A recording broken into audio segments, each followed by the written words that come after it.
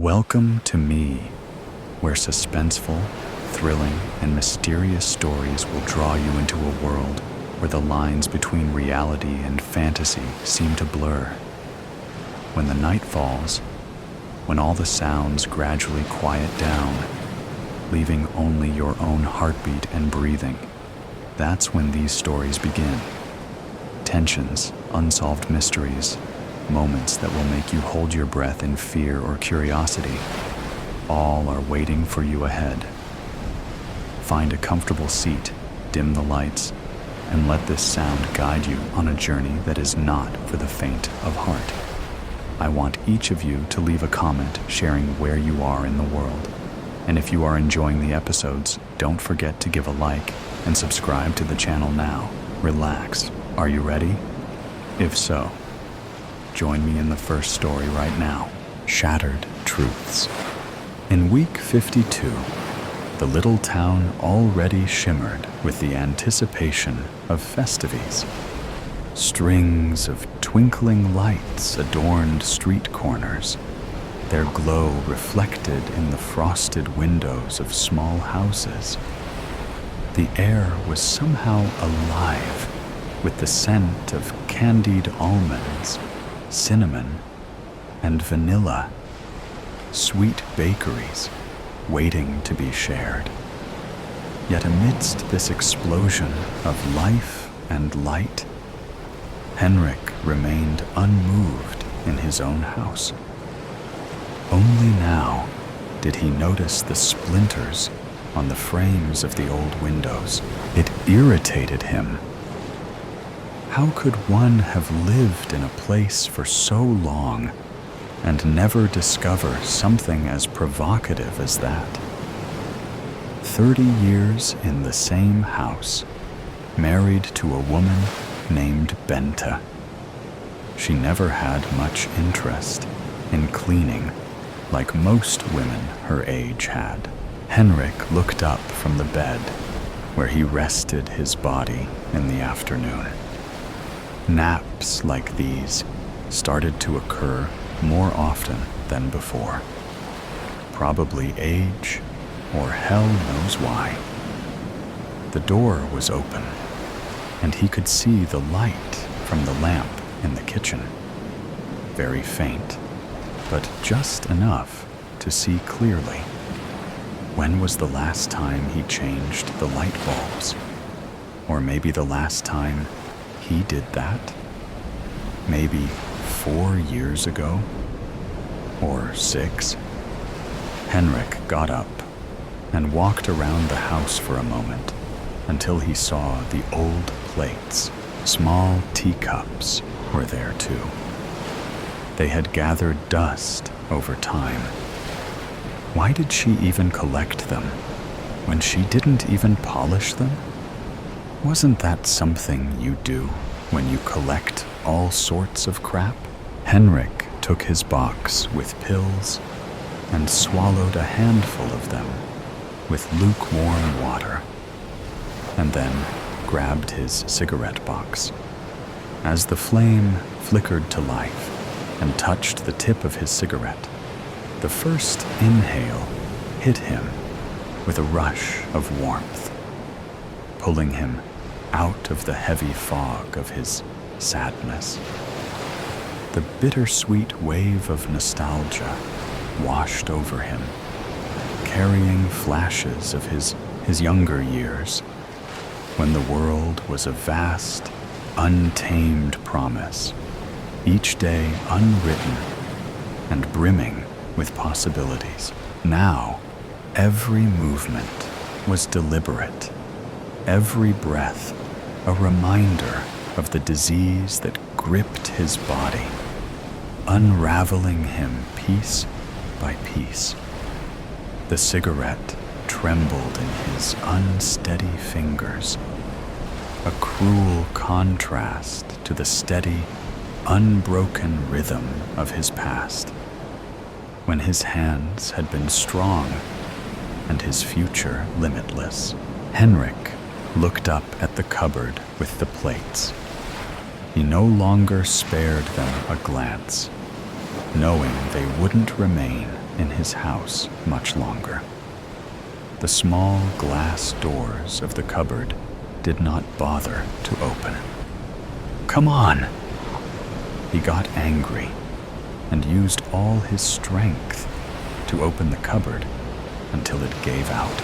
Glass bounced and flew all over the place, and a small piece flew into his face.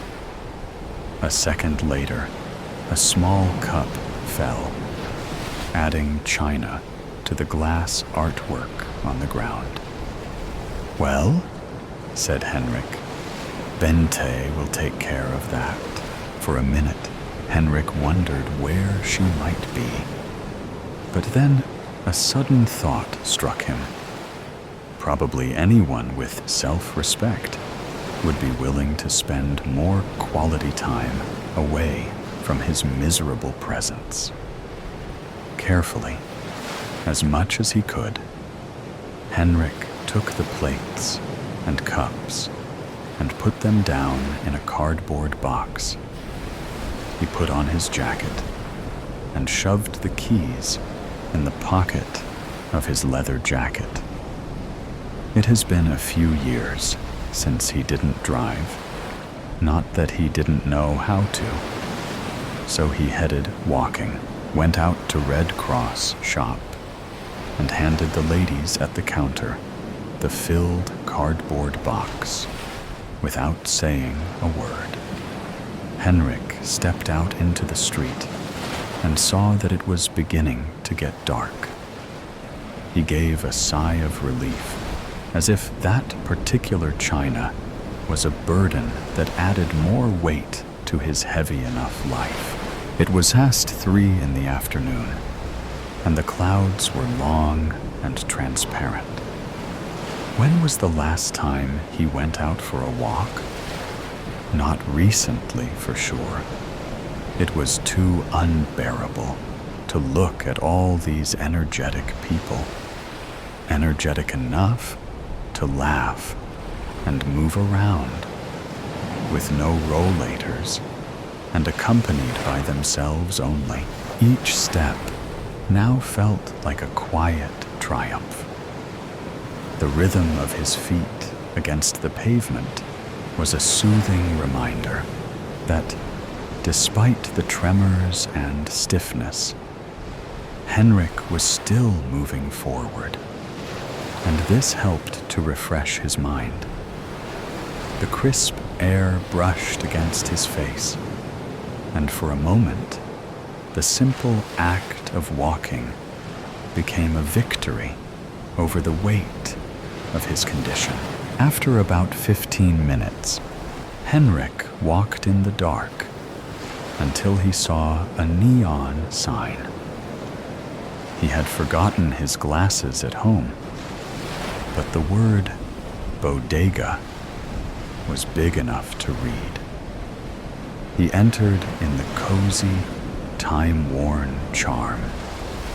Its low beams and dimly lit interior soaked with the stories of decades past. Henrik used to come more often, but the last time he had beer in the bodega was when his son turned 18 and the whole family celebrated. Henrik looked around to choose a spot. Faded photographs and vintage beer ads adorned the smoke-stained walls, while mismatched chairs and well-worn tables lent the space some hygge-lig, unpretentious air. A faint aroma of beer mingled with the occasional smell of fried food as locals leaned on the polished but scuffed wood counter, exchanging jokes over clinking glasses. Henrik felt strange. There was only a small group of people, and the whole room smelled of something naggingly recognizable. Henrik sat down next to a lone man. Both were silent. Only their bodies felt close enough to feel each other's. hollowness. Jens could hear Kim's "in a little while" playing, and turned to the guy for some small talk. Aren't pleasantries often a way to save ourselves from being engulfed by awkward solitude? The man looked much younger. Henrik saw him drinking from a small porcelain cup, like the ones he just left off earlier. Funny, Henrik thought, and forced his eyes to focus more. He noted he wasn't a man at all. He was a teenage boy with tears in his eyes. "Are you okay, my boy?" "What's going on?" Henrik asked. The boy didn't answer, but turned around, revealing a deep gash reaching from his left shoulder to his lower back. Henrik's eyes widened. The boy stopped smiling, and his somber look turned into a Gunther, empty expression. He collapsed to the ground with a heavy thud. Henrik noticed that the boy had a gules on the inside of his jacket. He grabbed it abruptly, without anyone noticing. Henrik didn't have his phone with him, so he asked one of the people in the bar to call the police and pointed to the body. When Henrik opened the door, the wind blew in his face. Rain poured in, and the weather was completely different from just a couple of minutes ago. The sky was entirely black, and the sounds of screams were coming from the distance. Henrik was following the wails, not actually sure where he was heading to. He had almost reached home when he saw two individuals in front of his neighbor's house. They looked like thieves, and when he fixed his gaze, he saw they had weapons in their hands and looked dangerous. They were murderers. Henrik stepped back and was about to hide behind a large willow tree when they noticed him. Henrik took the boy's gun and readied to fire. To his surprise, the gun was empty, and he panicked. Henrik could hear his own snorting breath over the wind. He couldn't run. He couldn't hide. So he just sat quietly on the ground, putting the gun down in despair. Henrik saw a red car driving up the dirt road. It stopped so suddenly that it skidded and slid into the nearby ditch. Henrik felt the weight of his decisions and his fractured memories pressing down on him. His life had been a blur of rancor, loneliness, and regret. But now it was ending in chaos while the sirens grew louder and armed men scooted closer. The middle-aged woman who came with the red car, Bente, rushed toward Henrik, screaming at the officers who found an unarmed ill man announced missing. "You're late," Henrik muttered, closing his eyes and lying on the grass. But now it seemed she didn't hear him. He got lost twice last week. Again, without the phone, everything started to fall apart after we lost our young love, uttered Bente through tears while they were lifting Henrik and heading to the ambulance. The two people, his neighbors, helped Bente to collect a few scattered pieces of china, and no one knew why Henrik had a porcelain loop handle around his ring finger. The demon in the portrait. Denise Gray looked away from her reflection in the store window. The sight of that perfectly proportioned young body only served to remind her of the curse.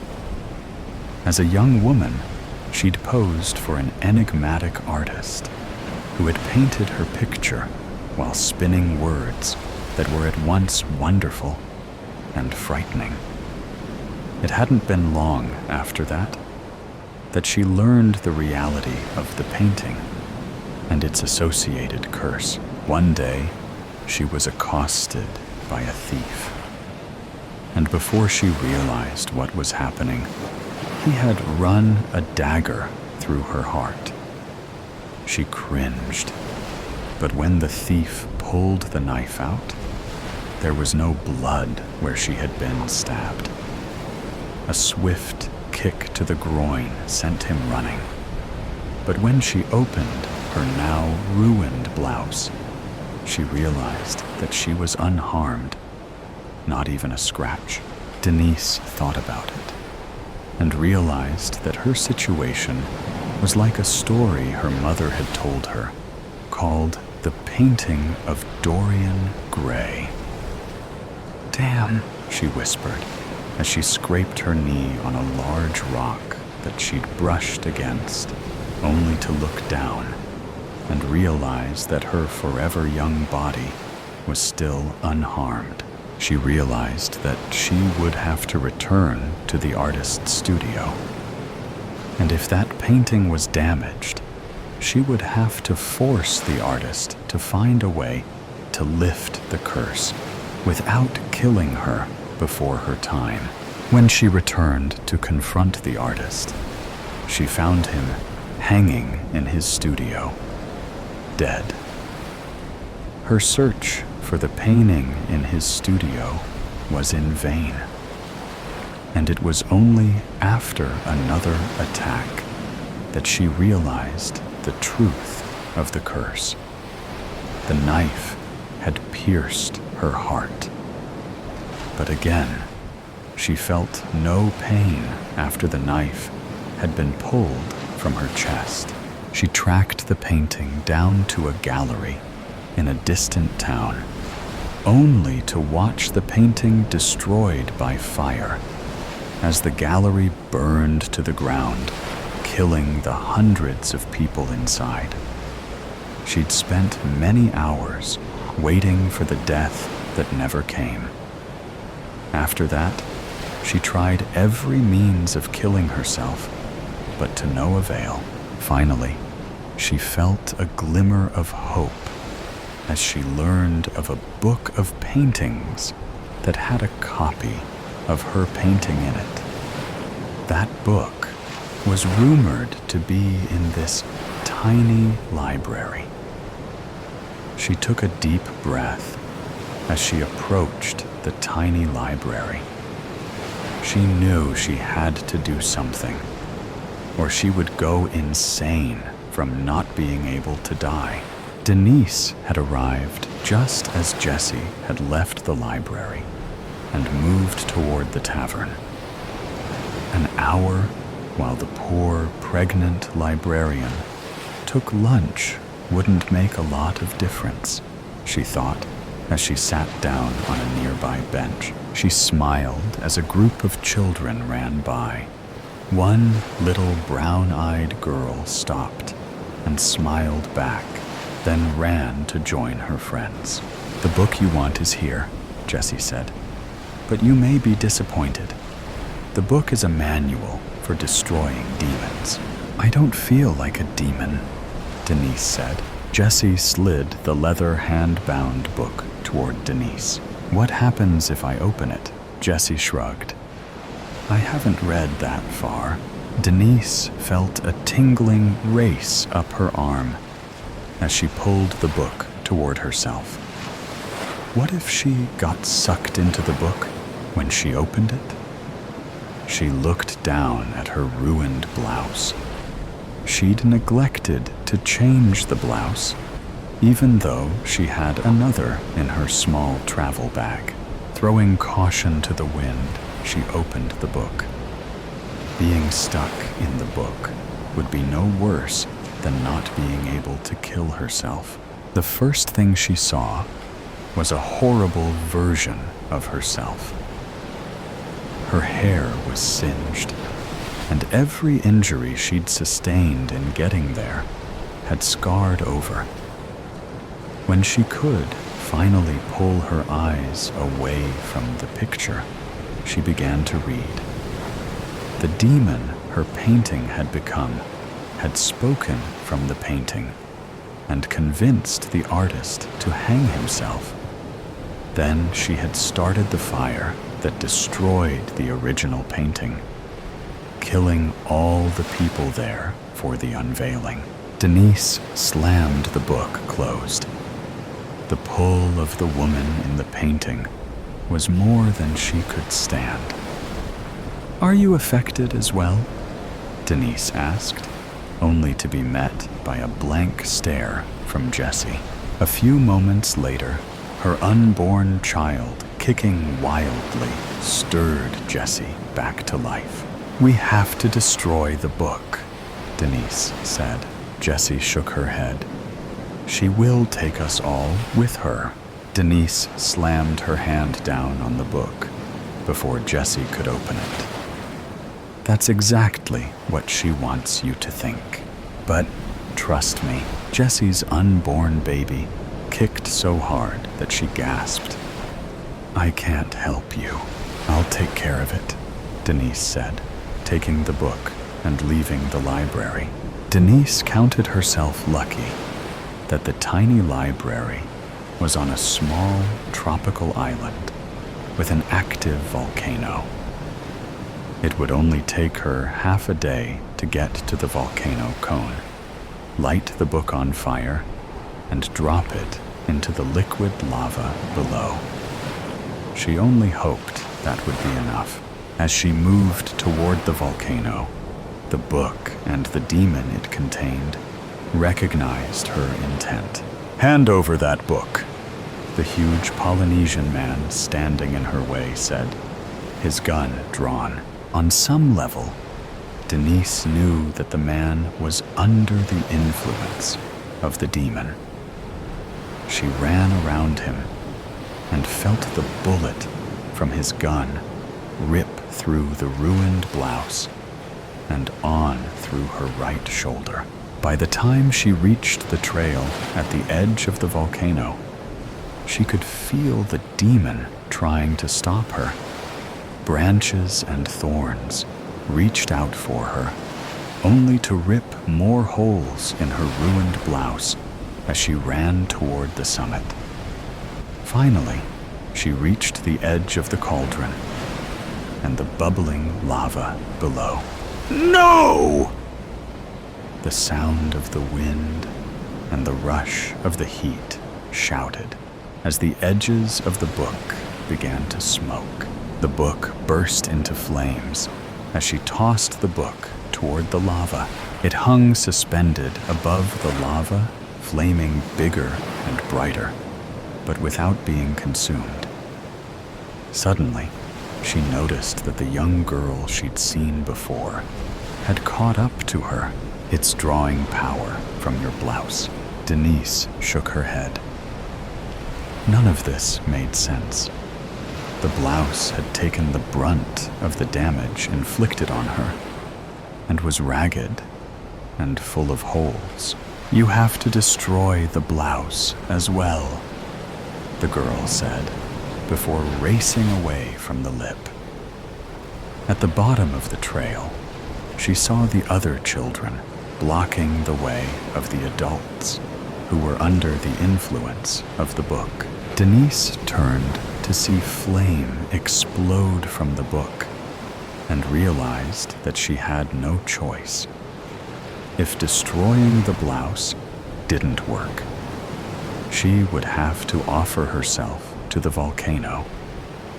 But this glimmer of hope had given her a reason to live.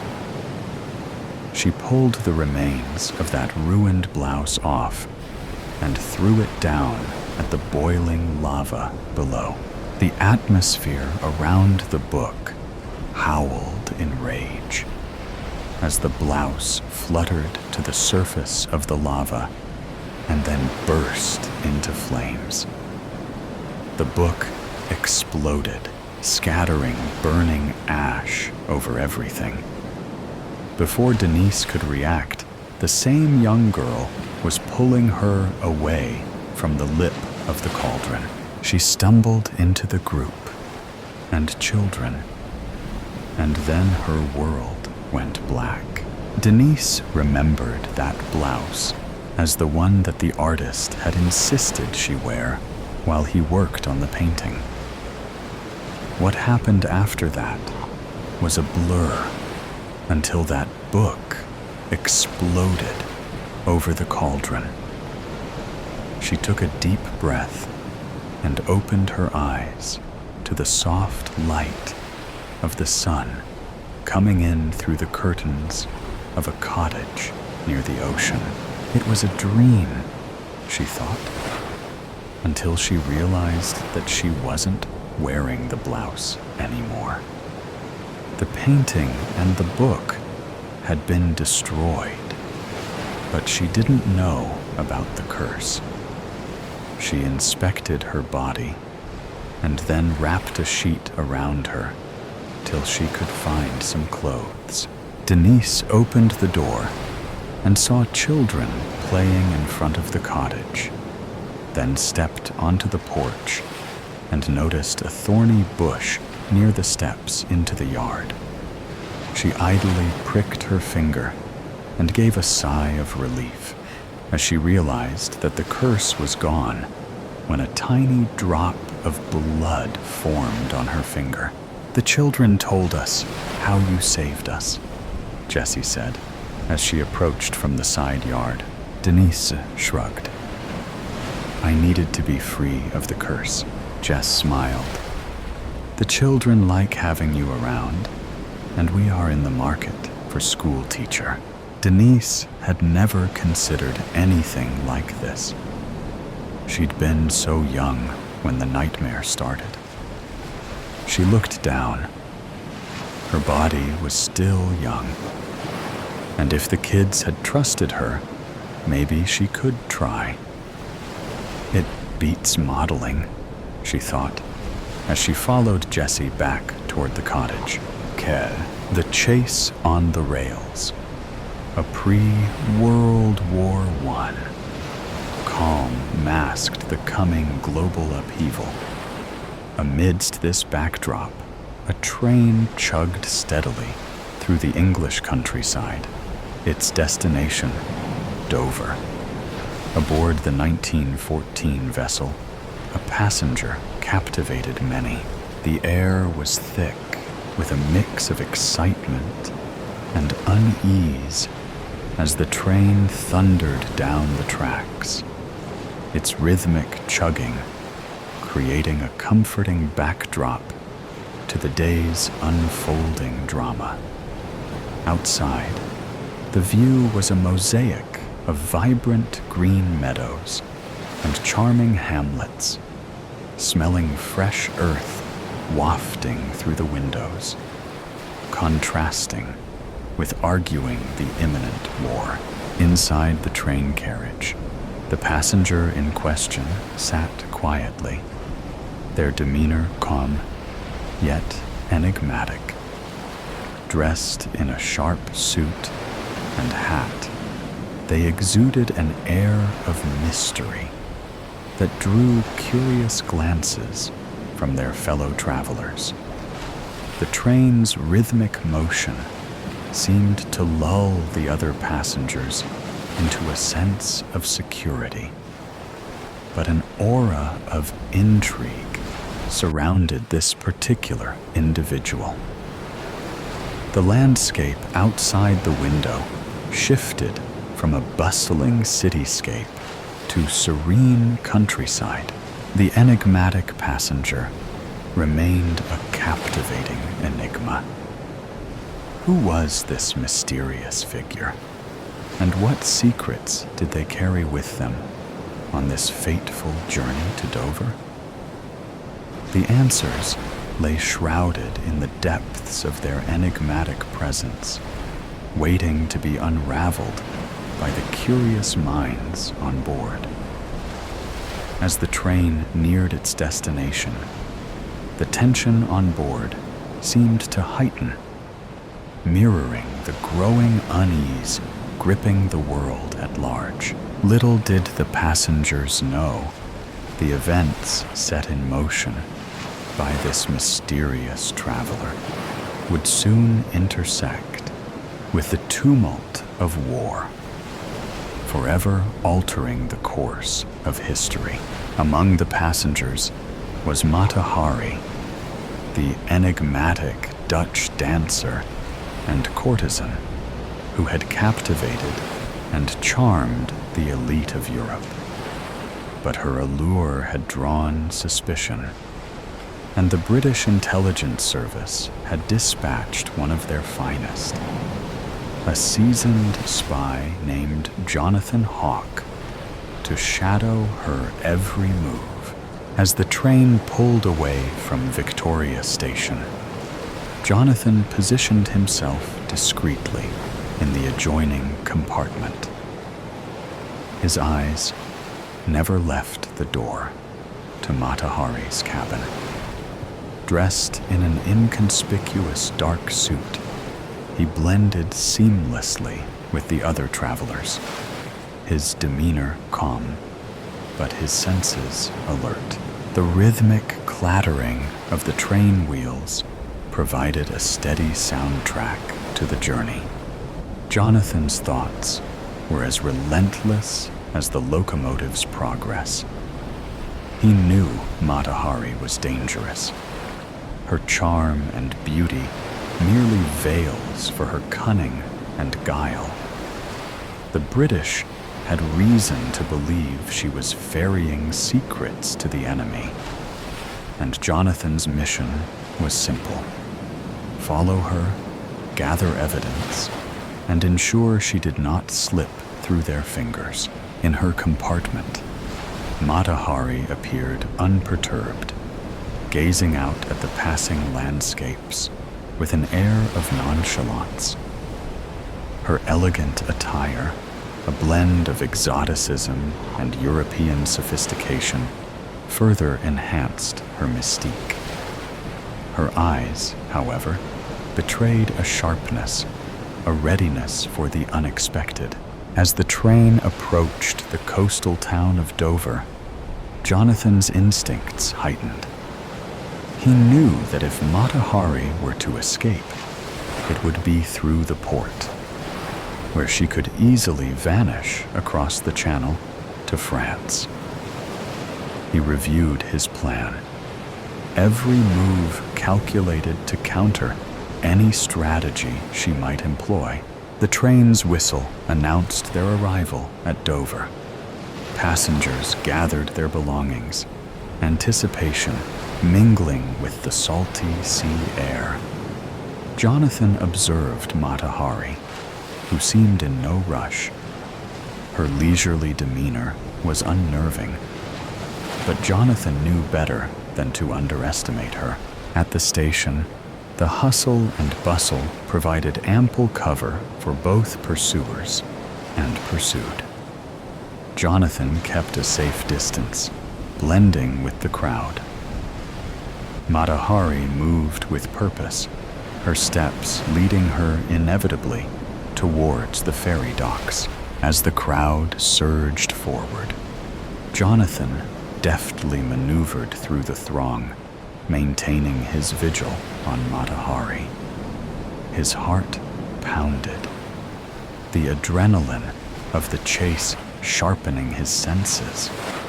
He saw her exchange a quick glance with a man in a gray overcoat, a signal too subtle for most eyes, but not for Jonathan's trained observation.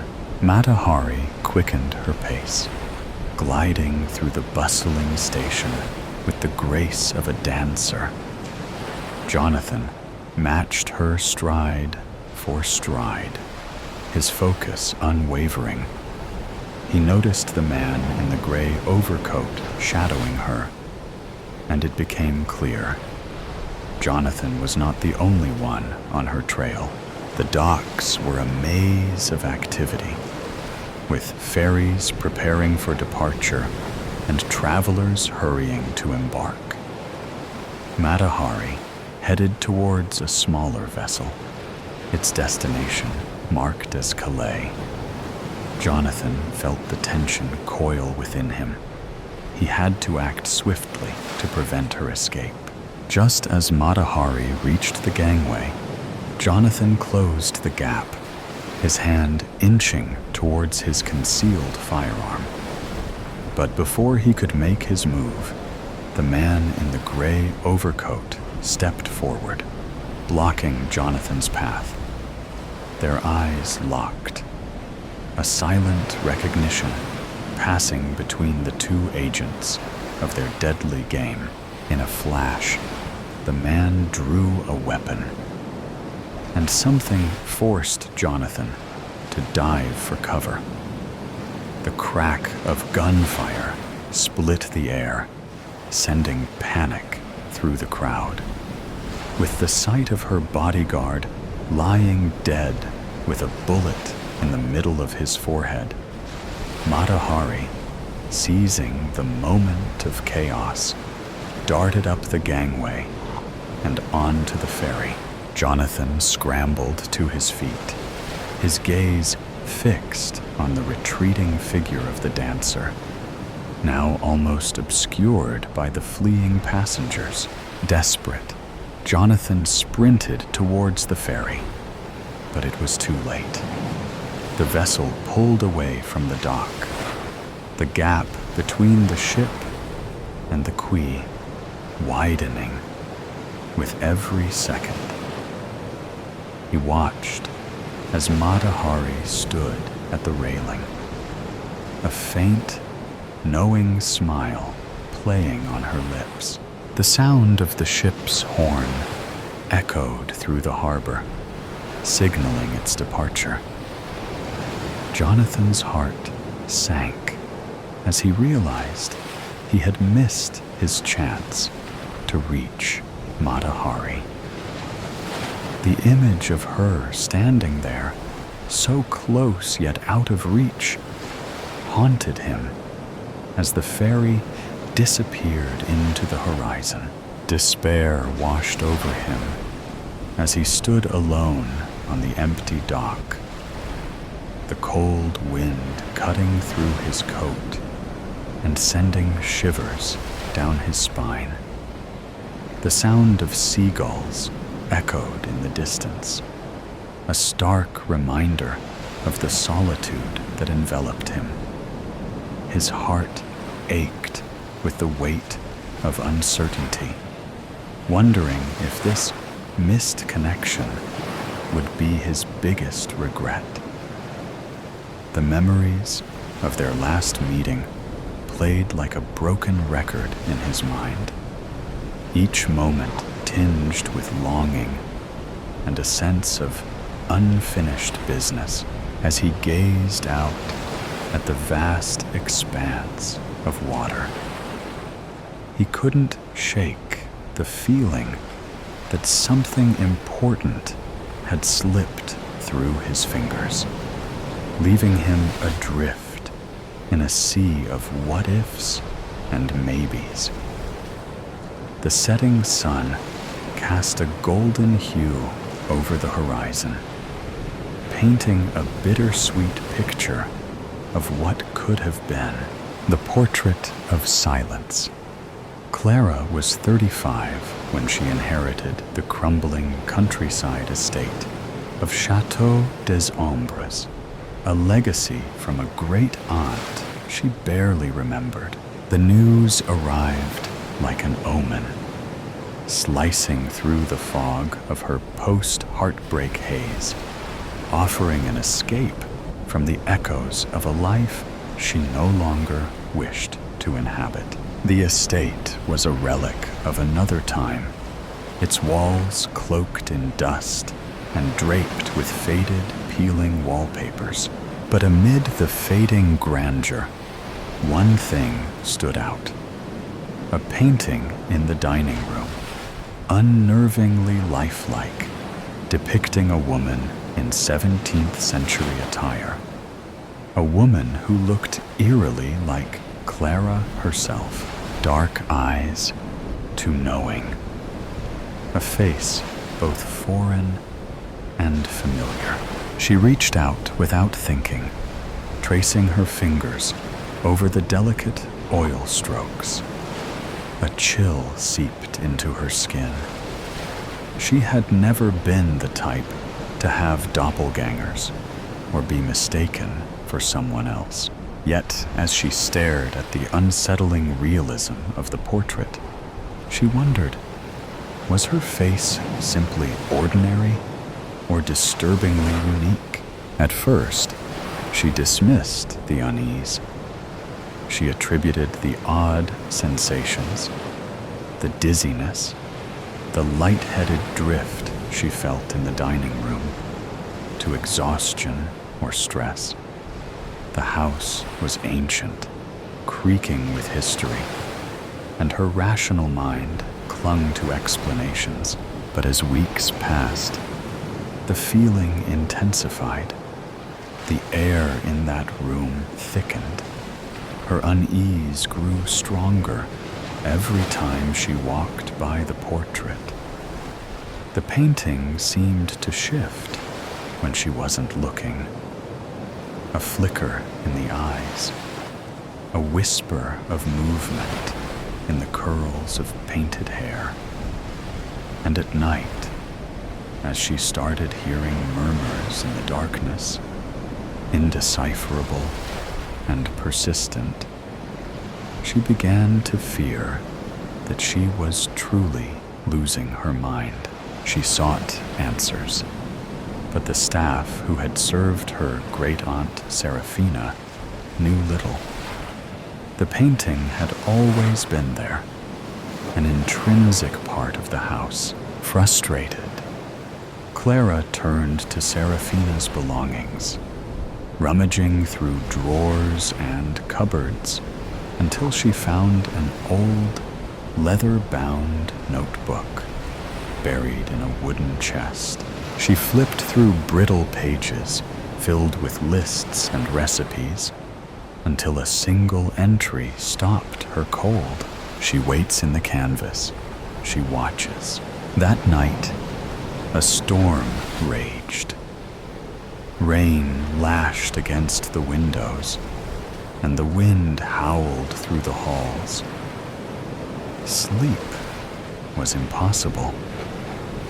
The words from Serafina's notebook burned behind her eyes. Before she knew it, she was standing before the painting, breathless, pulse hammering. She reached out, fingers trembling, and scratched at the surface. The paint peeled away in thin layers, revealing another portrait beneath. The same elaborate clothing, the same pose, but the face was different. A stranger's. She could swear the figure in the painting smiled. Briefly, impossibly. The grin was too wide, stretching just beyond the limits of the face. Too sudden, as if it had flickered into existence rather than emerged naturally. A grotesque mimicry of human expression. She blinked rapidly, her breath catching, as though clearing her vision might erase the horror. When she looked again, the smile was gone. A wave of nausea hit her. Staggering back, she felt a weakness grip her limbs. Panic drove her to action. At dawn, she reached out to an art historian she found online. Dr. Theodore Valds arrived at Chateau des Ombres 2 days later. He was a man of careful precision, his salt and pepper hair constantly pushed back, as if keeping stray thoughts in place. His initial response to her frantic message had been one of polite disinterest, until he saw the attached image. He recognized the woman at once. Isabella de Loria. By morning, he was at Chateau des Ombres, his presence sharp against the house's faded grandeur. "This is Alessandro di Rossi's work," he murmured, eyes narrowing in fascination. "An original. But this isn't possible." "What isn't possible?" Clara's voice was taut. He turned to her with a tense expression. Isabella was the only daughter of a powerful aristocratic family from Southern Europe. She was painted by nearly all the great artists of her time. She was around 14 when she first posed for a portrait and vanished at age 22. No one knows exactly what happened to her, though there are many tales. But here, he continued, she looks older, much older. Clara led him to the torn fragments of the topmost layer, revealing the face that had been painted over. She looked a lot like me, she whispered, words feeling absurd even as she begged them. Her voice wavered, caught between disbelief and a creeping certainty she wished she could ignore. Dr. Valtz exhaled sharply. The painting was altered, but why? And by whom? As they dug into history, the truth unfurled like a nightmare. The tale of Isabella's disappearance had long been attributed to a commoner's obsession. A man who had watched her from the shadows, consumed by an infatuation that festered into madness. When she refused his advances, he took her. She was hidden away, tortured, broken. Then she vanished. Her body was never found, Dr. Valtz said, running a hand through his hair. But if this painting was done later, if Di Rossi painted her again, aged, changed, then... He hesitated. Then he must have known what became of her, Clara finished. Days of relentless research followed. They sifted through forgotten archives, scoured letters written in fading ink, and pieced together fragments of records long buried in the estate's library. Dr. Valtz reached out to colleagues, historians, and experts in restoration.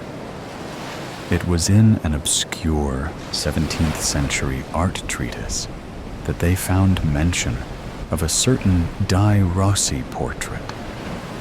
One never exhibited, one whispered about in hushed tones, rumored to hold something more than just pigment and canvas.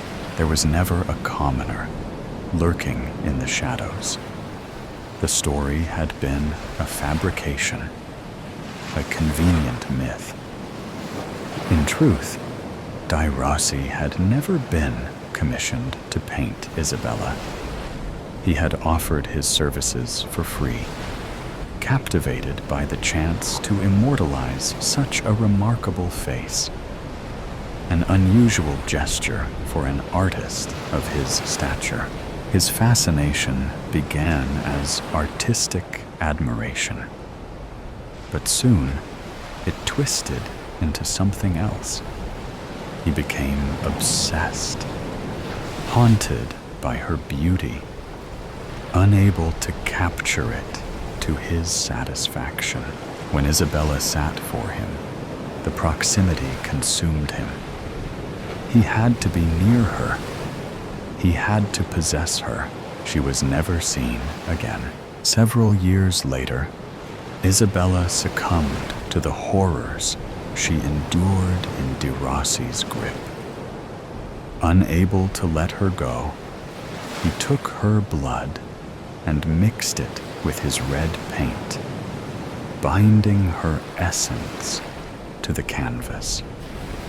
He had painted her into permanence, attempting to capture what was left of her before it faded completely. The painting had fed on those who gazed too long, who felt its pull.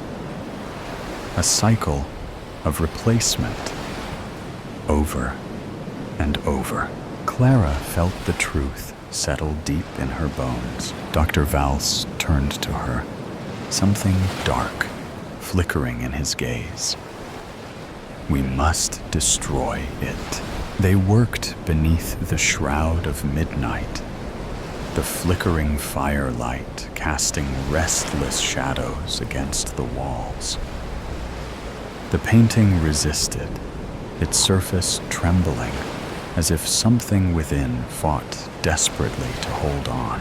Flames licked at the edges, hesitating, as if repelled. Then, with a sudden burst, the fire consumed the canvas, curling the centuries-old paint into ash. A wave of energy rippled through the room, dense, suffocating.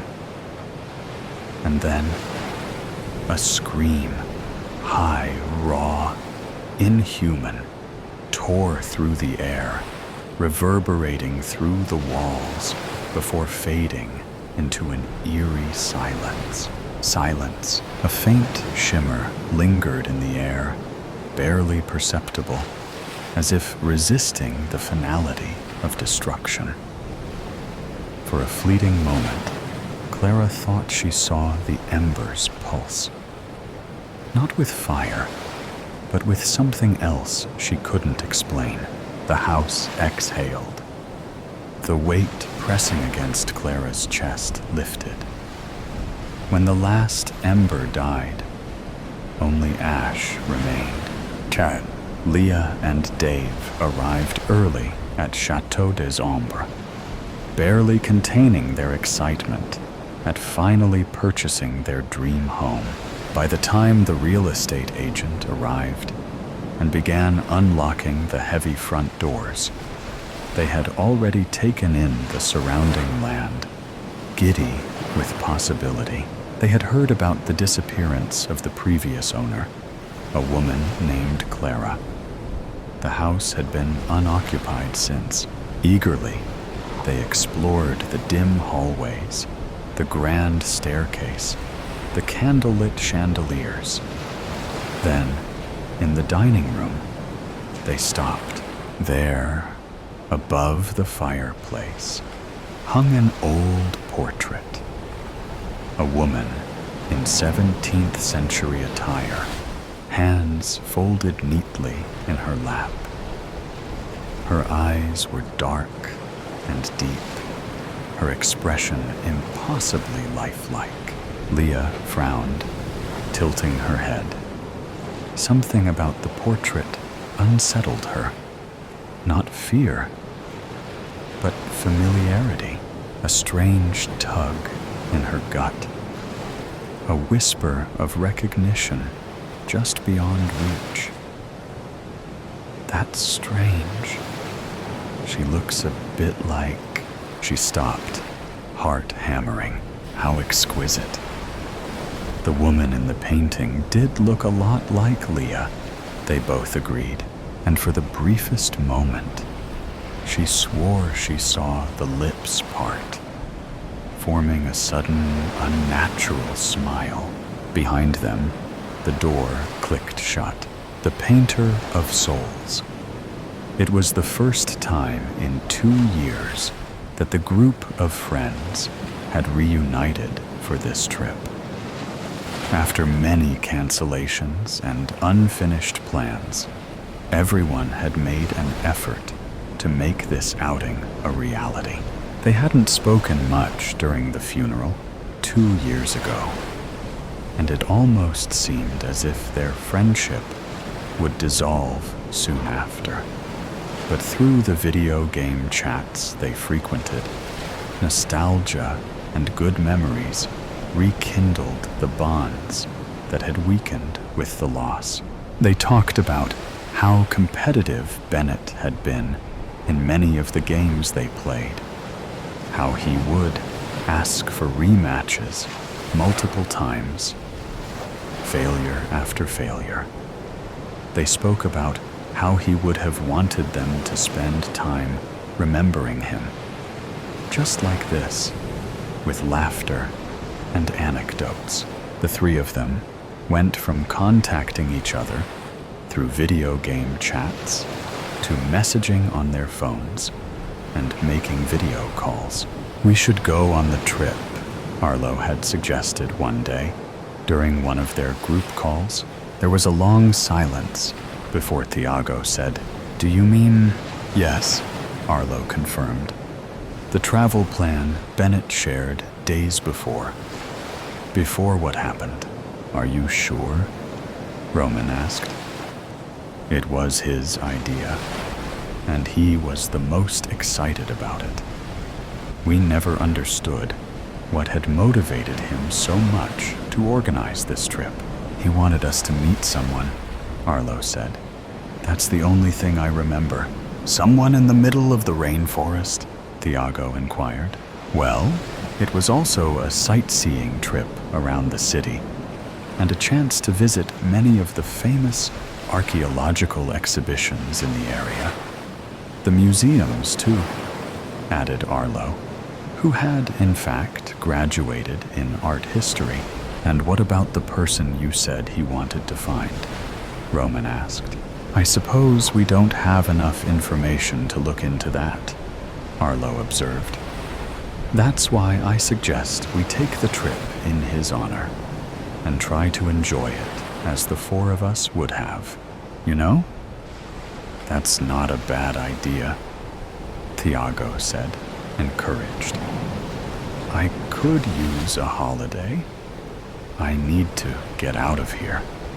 An excuse to take a break from my business." "And when was the last time we traveled together?" Roman added. "Let's do it." Just like that, the three of them made their preparations for the trip on the following weeks.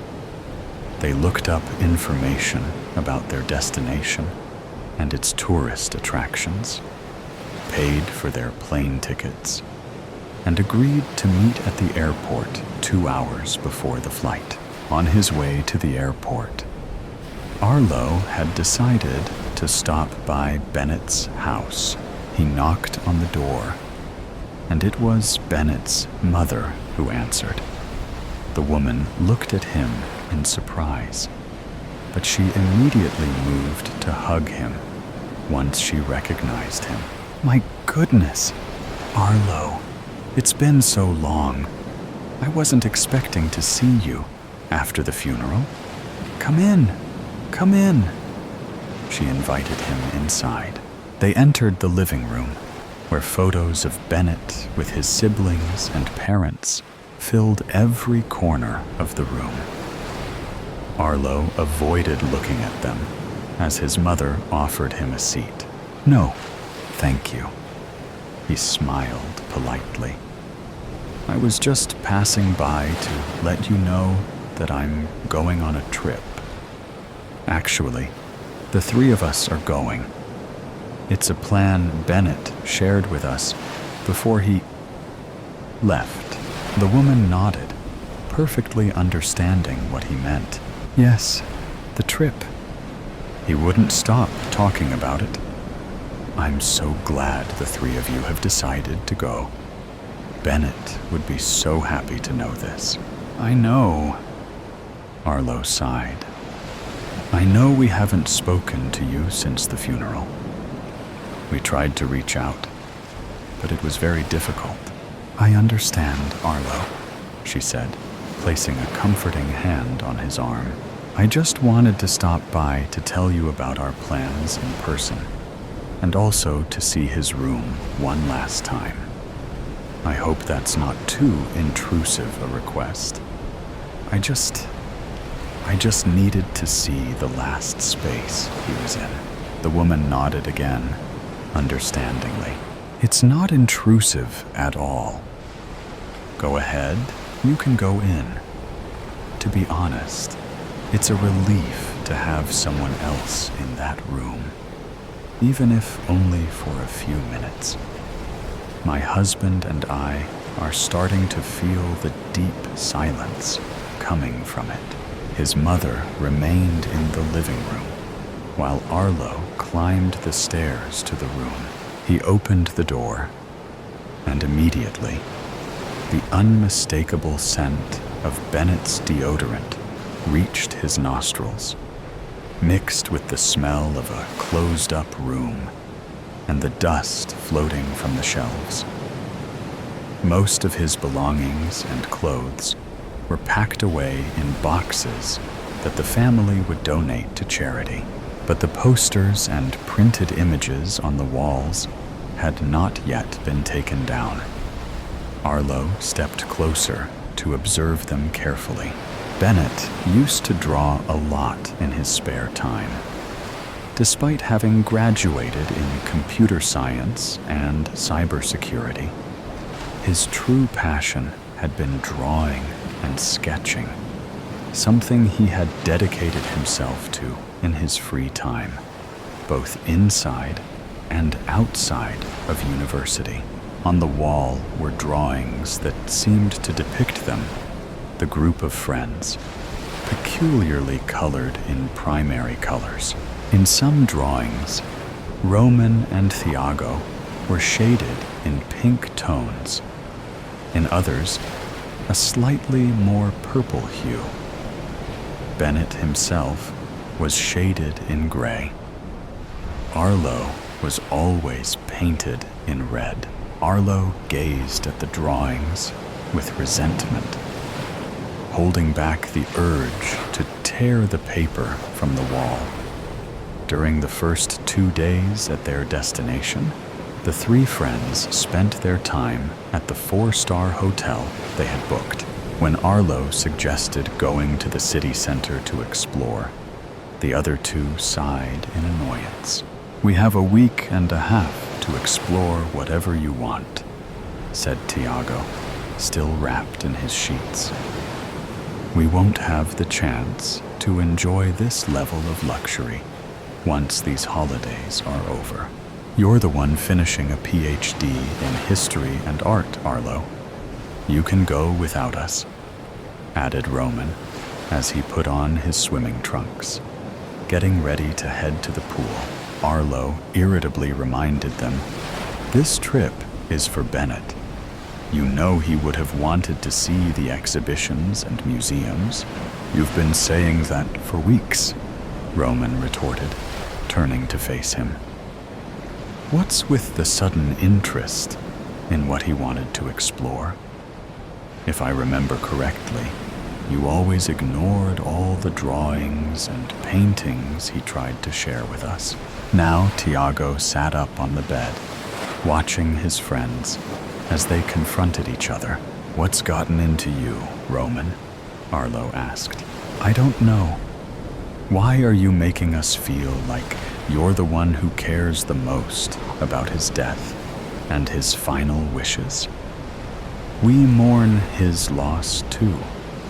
Don't try to act like you're above us with your false moral code." Arlo simply pulled a small, crumpled note from his pocket and shoved it in Roman's face. This is the place he wanted to visit, along with the name of the person he wanted to see. Roman snatched the paper to read it himself. Thiago got up to take a look as well and asked, "Was this what you went to get from his house?" Avoiding the question, Arlo said, I'm not trying to impose some false moral code on you. It's normal to feel guilt. But the best thing we can do is show a bit of interest in what he loved. That's all I'm trying to do. With that, he left the room. Thiago and Roman exchanged uneasy glances. I have no idea what's going through his head, said Roman. Thiago shrugged, though his expression remained troubled. You heard what he said. It's normal to feel guilt. I'm sure he's going through the same thing. An hour later, the three of them made their way into the city, stopping by the tourist spots they had planned in advance. This time, however, the excitement they had initially felt for the trip was gone. A sense of impending doom loomed over them, and there was nothing they could do to dispel it. All of a sudden, what had been a journey in memory of their friend was being exposed as the farce they had tried to mask with that ridiculous excuse.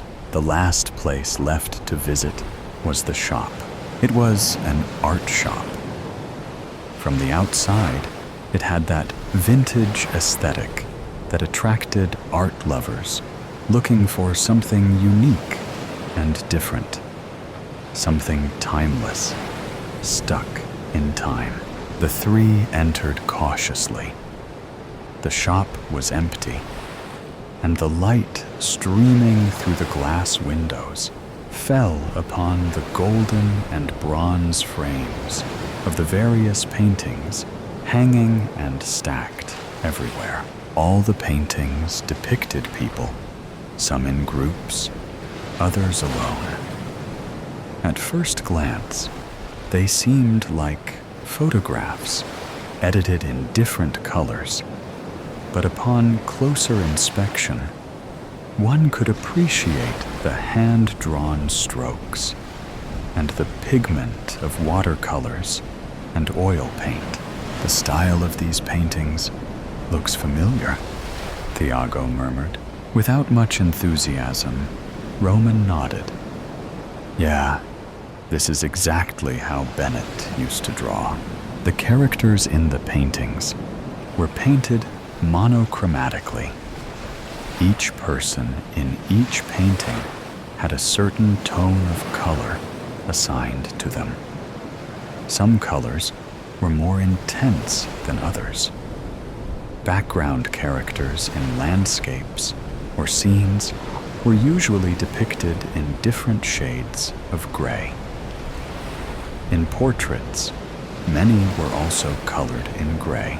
The three had been so absorbed in the artwork that they hadn't noticed the man who had approached them to greet them. Greetings, he said. The group startled and turned their attention to him. The shop owner wasn't as old as they had expected.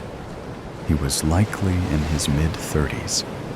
He dressed just like one of them, except for the paint-stained apron he wore. His eyes were a peculiar silver color that stood out in the dim light of the shop. We're looking for Keita, Arlo stated. That's me, the man confirmed, pointing to himself. His strong West African accent was evident in his words. I've been expecting you. Did Bennett talk to you about us? Thiago stammered. With a rather calm demeanor, Keita tilted his head as if the answer was somewhat complicated. He spoke to me about you the first time he came here. But that was also the last time I ever saw him, he said, turning to search through a stack of paintings behind him. Carefully, he pulled one out. Exactly 2 years ago. This is what I painted. Keita placed the painting in front of them. Roman paled at the sight of it. Thiago still couldn't understand, and Arlo remained silent, pressing his lips together. The painting was a reproduction of a real photo. The four of them had taken 3 years ago on a road trip to the mountains. The picture had been taken with a camera set on a tripod. However, in this painting, only Arlo, Roman, and Thiago smiled at the camera, standing in front of a rocky landscape with waterfalls cascading into a lake. Bennett appeared as a gray shadow in the background, at the edge of the lake, a few meters away from them. Beside him, another gray figure crouched at Bennett's feet, as if crying. It looked like the figure of a woman. In the painting, Arlo was colored in a deep red, while Thiago and Roman were shades of maroon. "Where did you get this from?" Arlo demanded. "From the truth," Keita answered. "You guys remember exactly what happened that day, don't you?" No one answered.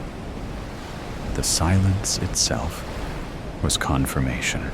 "I can see the color of your souls from miles and miles away," the artist continued. "I don't need to know you to start painting what each of you inspires in me." His tone became more accusatory as he went on. "Bennett had this gift too. He came to me because he wanted to learn more about it. And you, Arlo, you knew that." Roman turned to Arlo, stunned by such information. "Yet you made him self-medicate with drugs so he would lose his mind and end up taking his own life," Keita continued. "I didn't want Bennett to die," Arlo protested, raising his voice.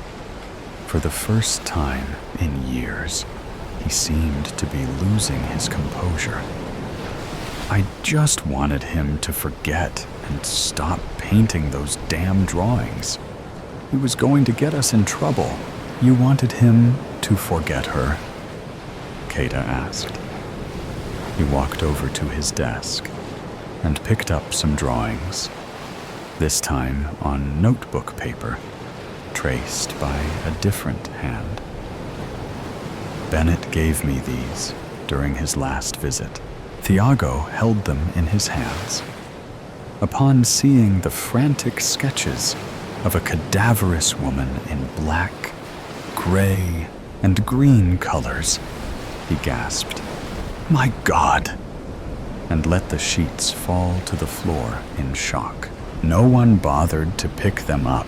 She was on the way," Roman murmured, as if talking to himself, as if justifying it to himself. "She came out from between the trees like a mad woman. That's why we hit her with the car.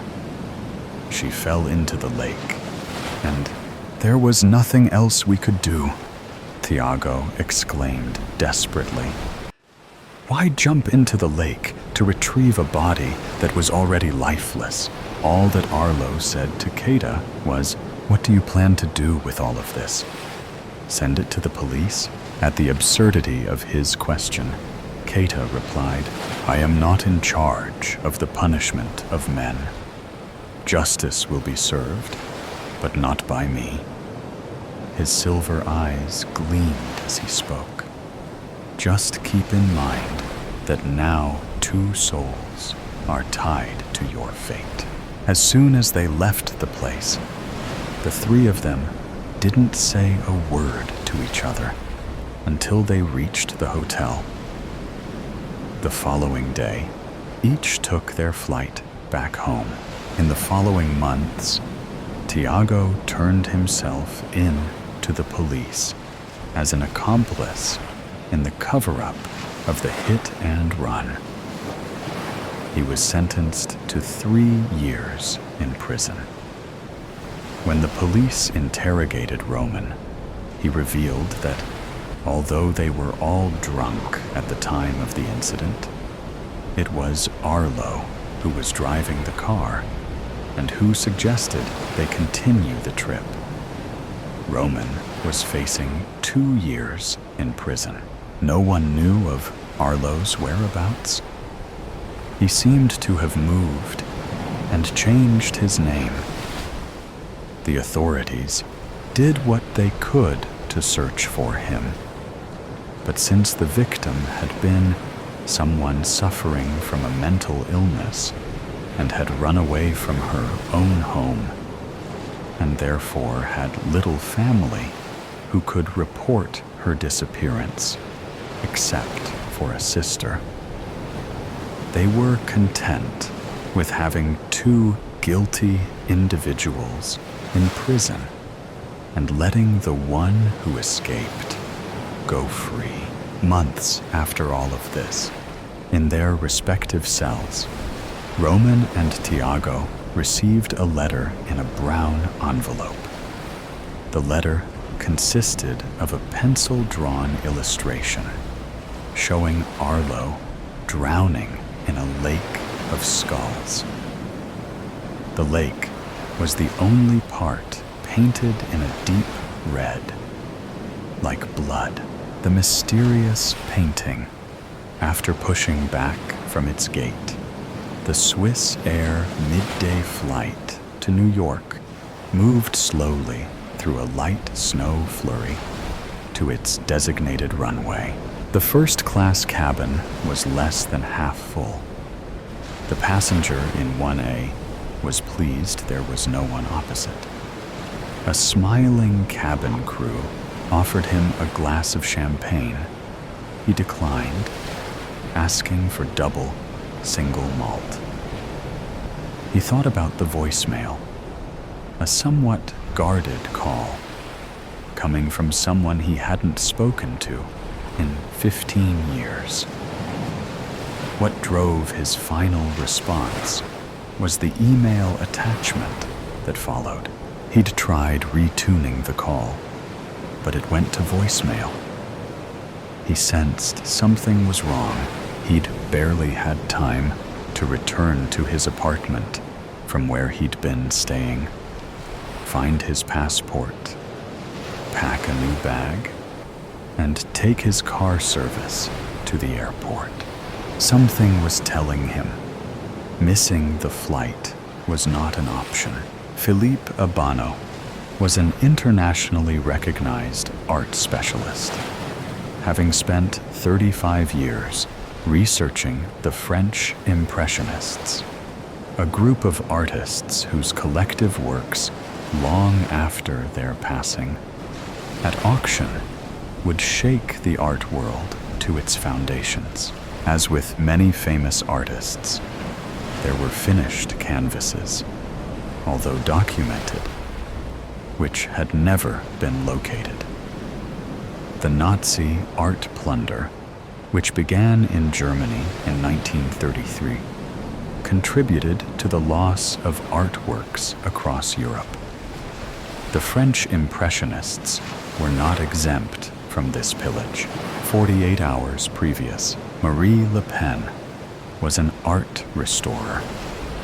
She worked almost exclusively for the Metropolitan Museum of Art, specializing in the restoration of damaged watercolors.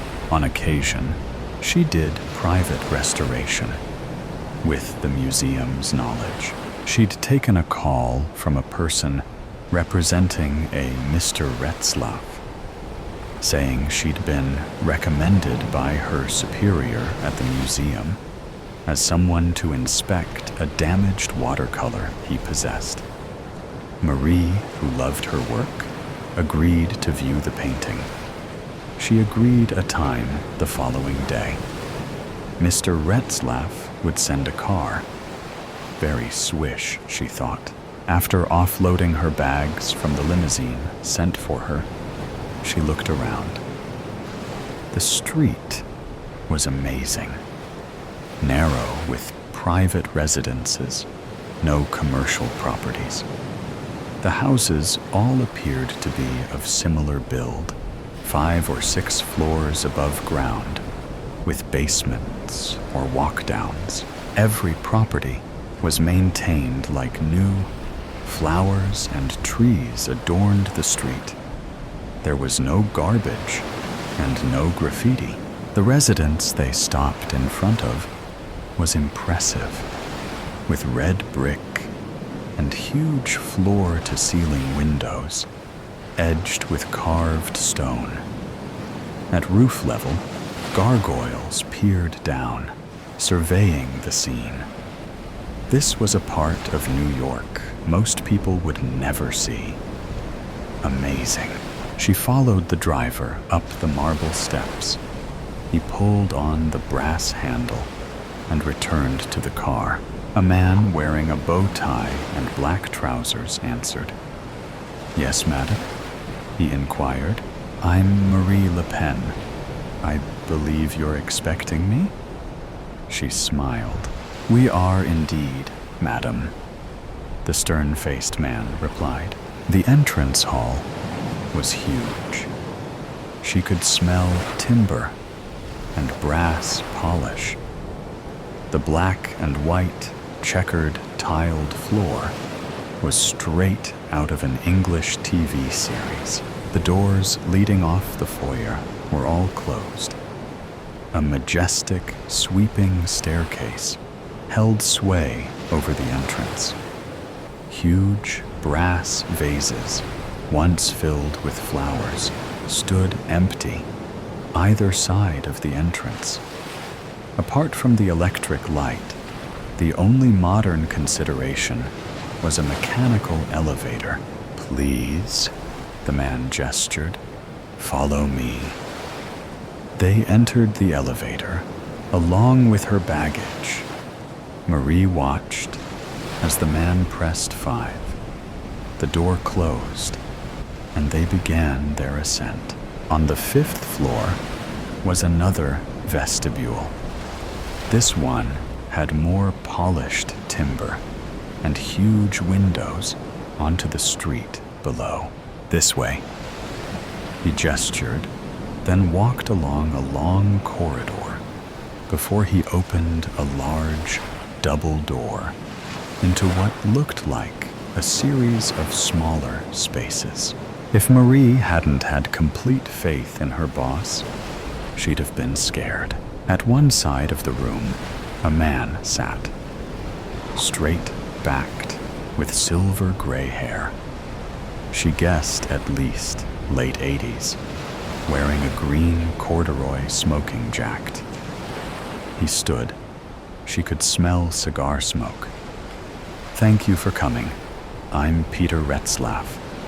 Fact is, Miss Le Pen, I need an expert opinion as to a certain painting that is in my possession.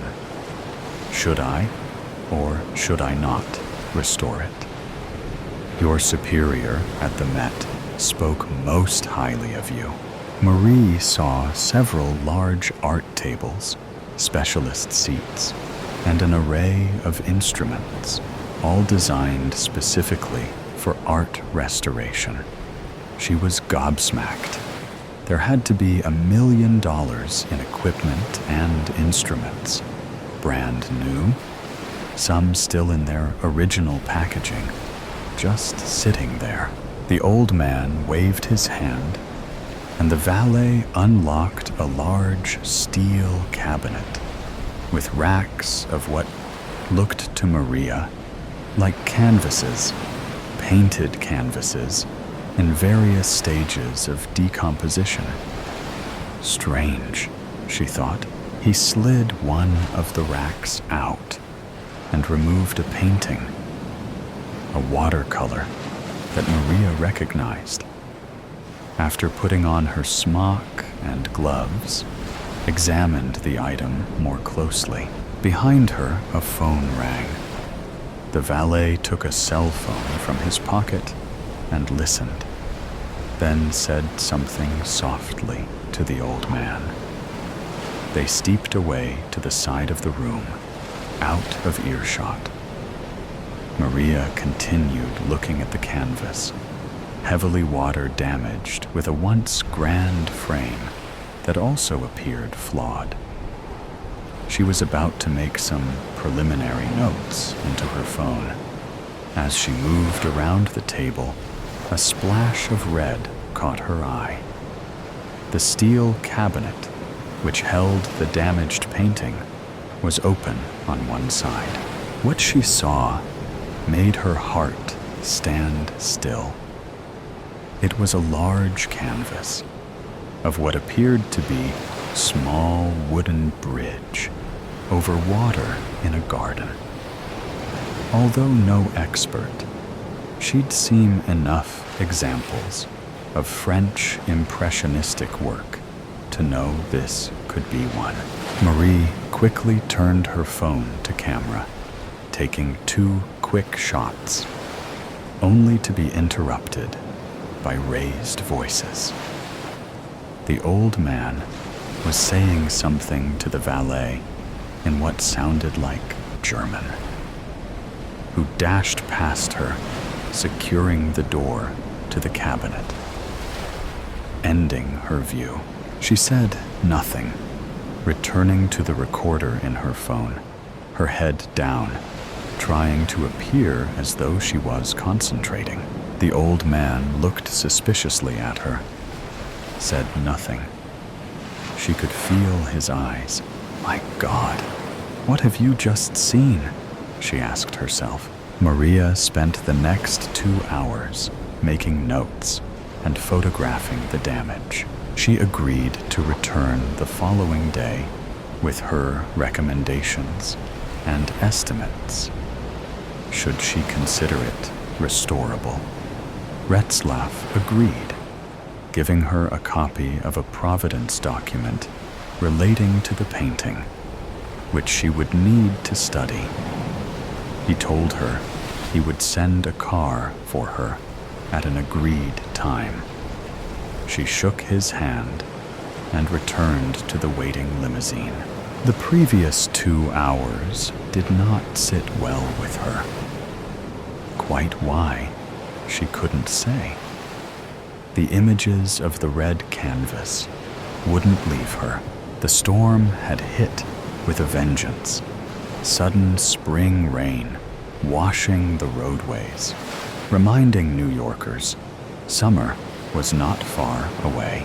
The crowded eateries on the streets of the East Village were suddenly deserted, sending outside diners scrambling for shelter inside. From her small single-bed apartment off McDougal Street, above a drugstore, Maria sat looking at the 2 images she'd downloaded from her camera. The room was quiet, save for the rhythm of the rain tapping at her window. On the larger screen, she could see more clearly the image she'd snapped earlier.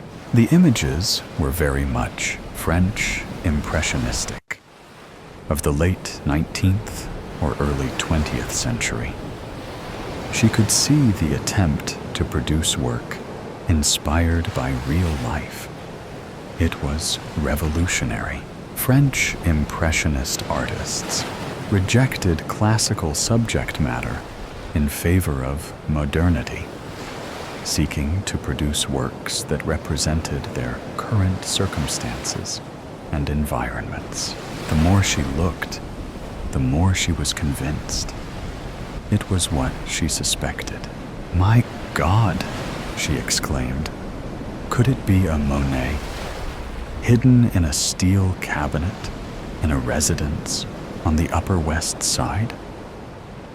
It would explain the old man's annoyance at the cabinet being left open, particularly in the presence of a third party who just happened to be an art restoration expert.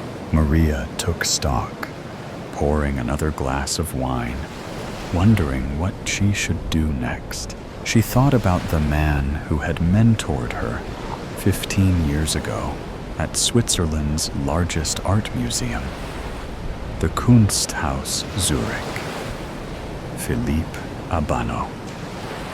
If anyone could make sense on what she had seen, he could.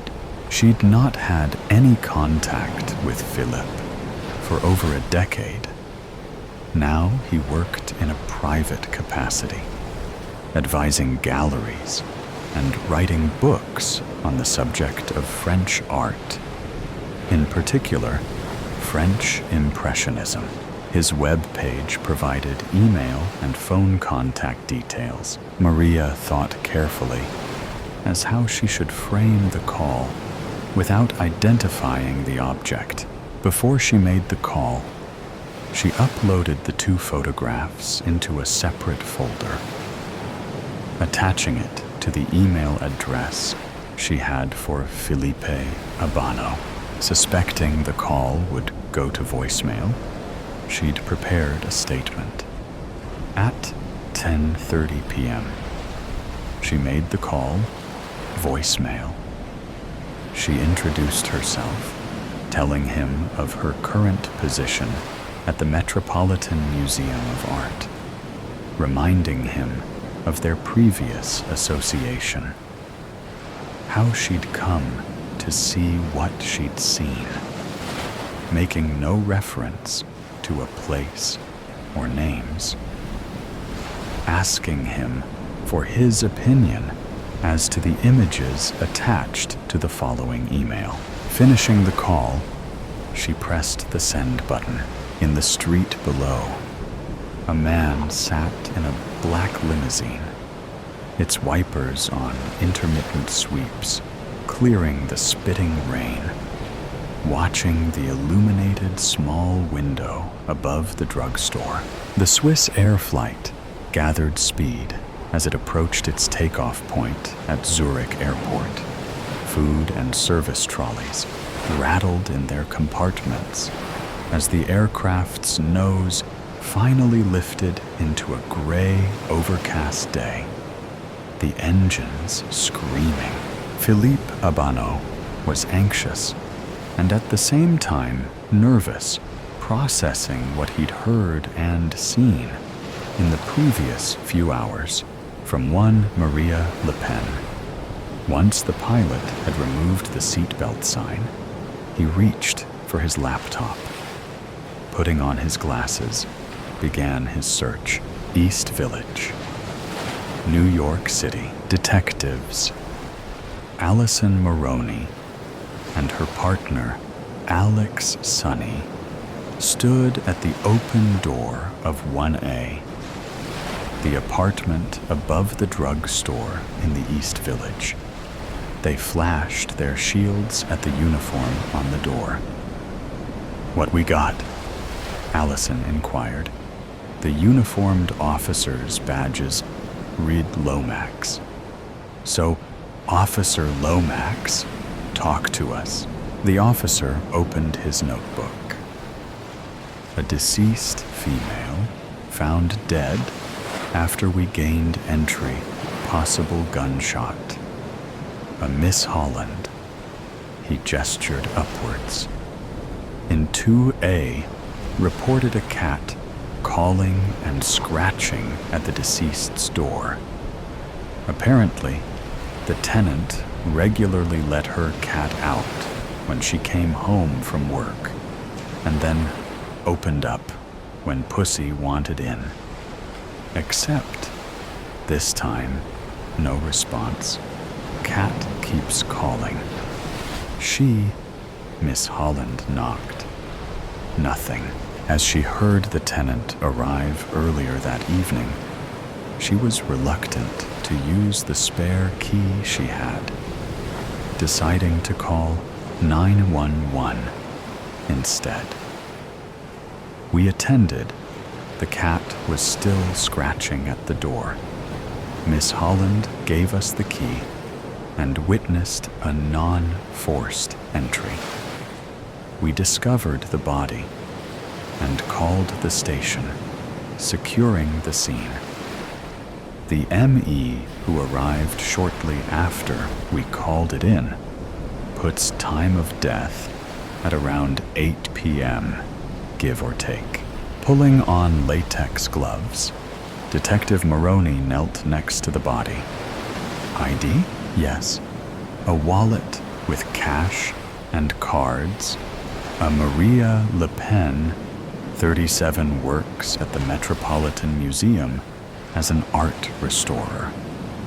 ID shows her address as here. No driver's license.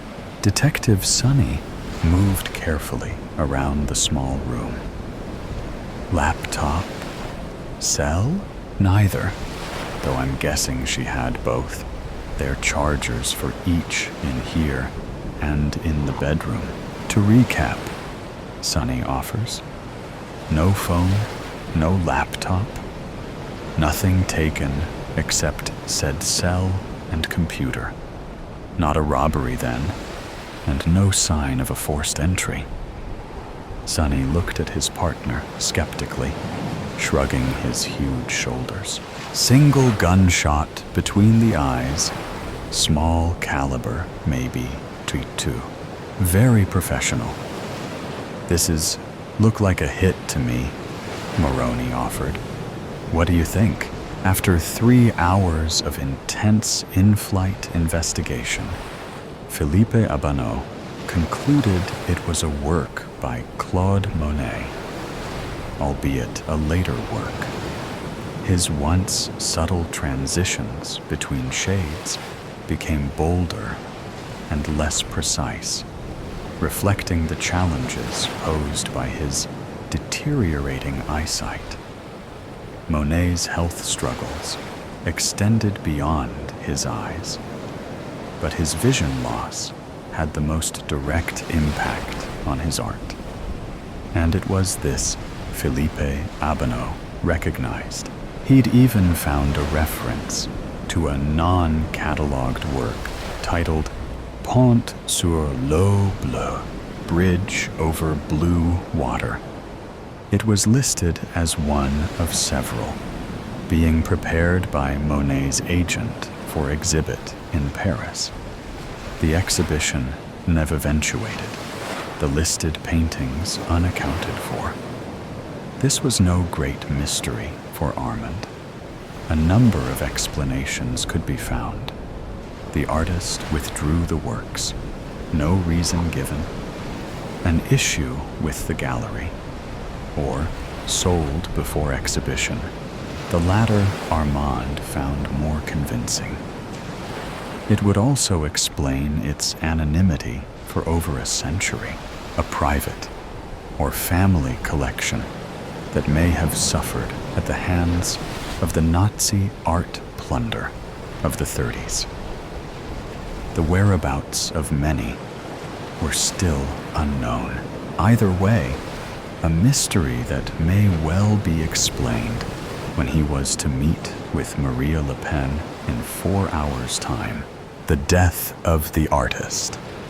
People file, though, galleries like they're waiting in the queue at the pharmacy. Ooh, I hear someone say. I like that one. Pointing at a depiction of the artist being ripped to shreds in the war-torn jungles of Vietnam, like it's a new type of corn plaster she's thinking of taking for a spin. Most people move at a bureaucratic pace, past each frame. Tick, tick, tick. It makes sense if you want to see as much as you can. As the factoid goes, if you looked at each painting in the Louvre for just 30 seconds, it would take over 8 days to see them all. Nobody has that much time. I sit at the other end of the spectrum. I want to find artwork I'm entranced by. And when I do, I offer myself up for captivity. Captivate me, I say, as I look at it loudly close up and quietly from a distance. I look at it in and out of focus. I close my eyes to try and recreate it in my mind. Then I look again. I look at the little corners that the artist probably thought nobody would focus on, or at that figure in the background, doing an impression of being incidental. I sit at bench 40 in the Turner Contemporary, Margate.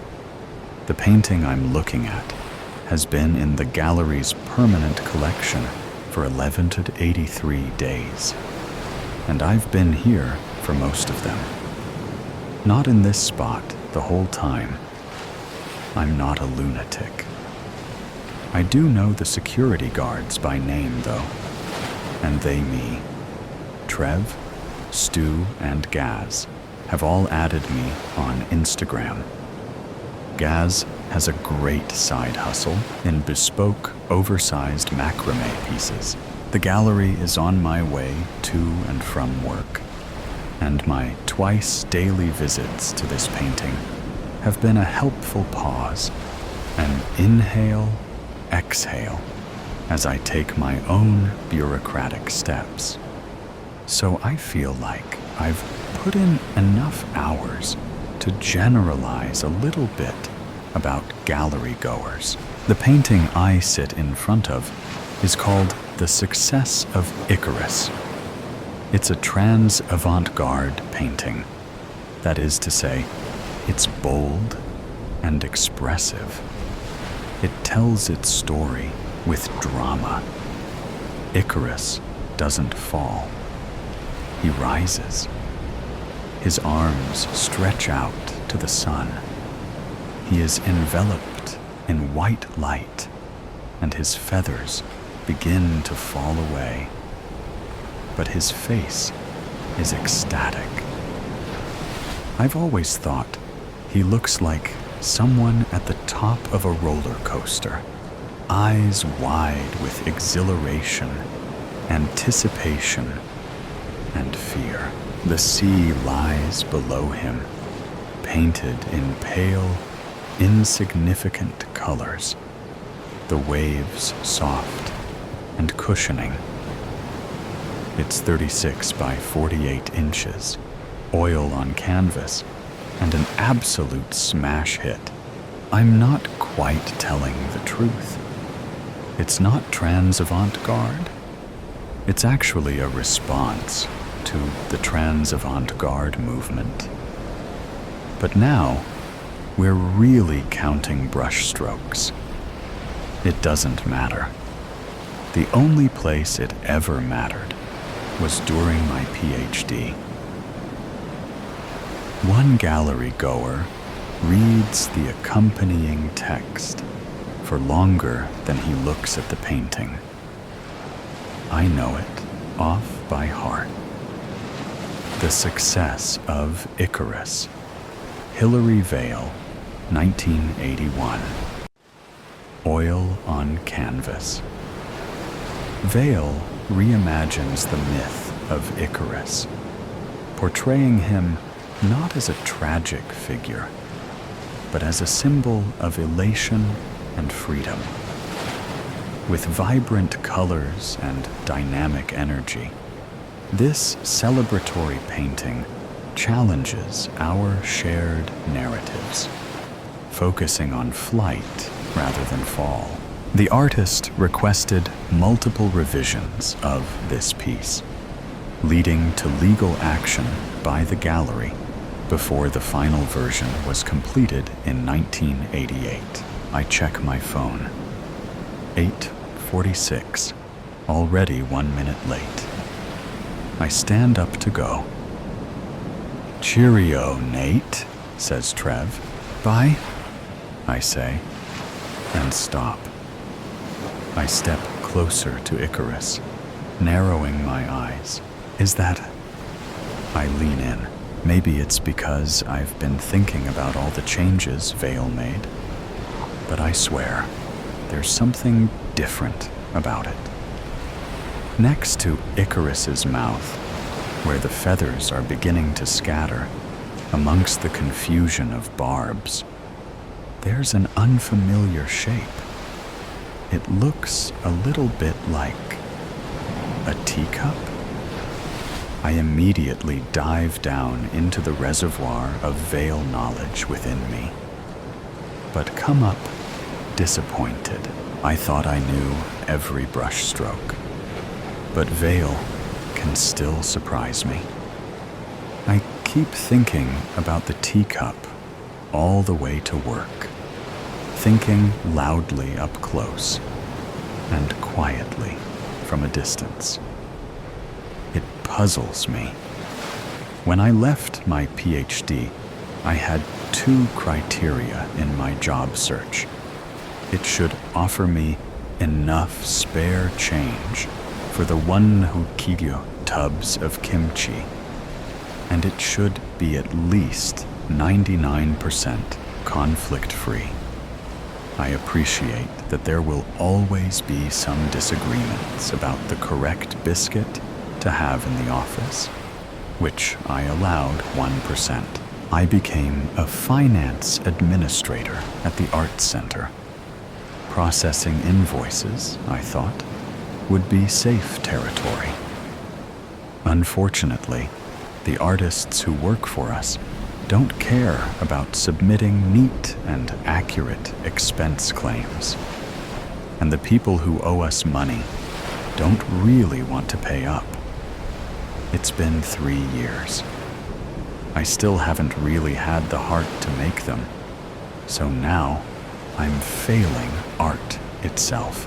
I'm on my lunch break when I see it. There, on the top shelf of the cupboard, with the plastic champagne flutes, pumpkin carving kit, and a mug shaped like Dolly's head, is the teacup.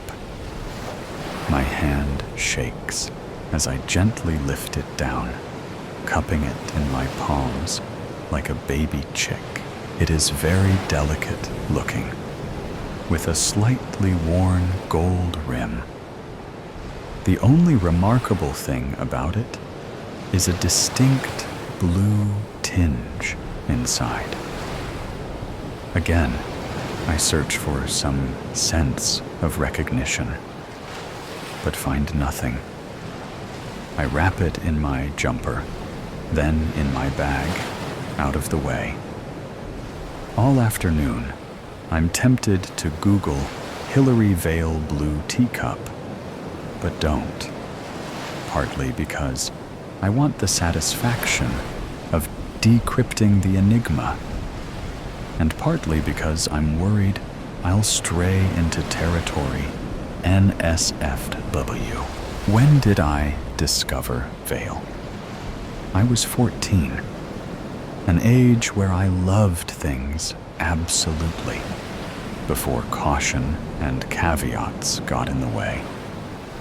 We were studying a painting by Theodore Redgrave, a friend and artistic contemporary of Veil.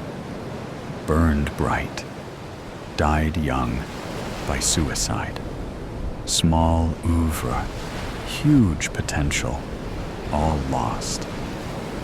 My teacher couldn't miss me having a screechingly obvious, pivotal moment in his second period Tuesday art class.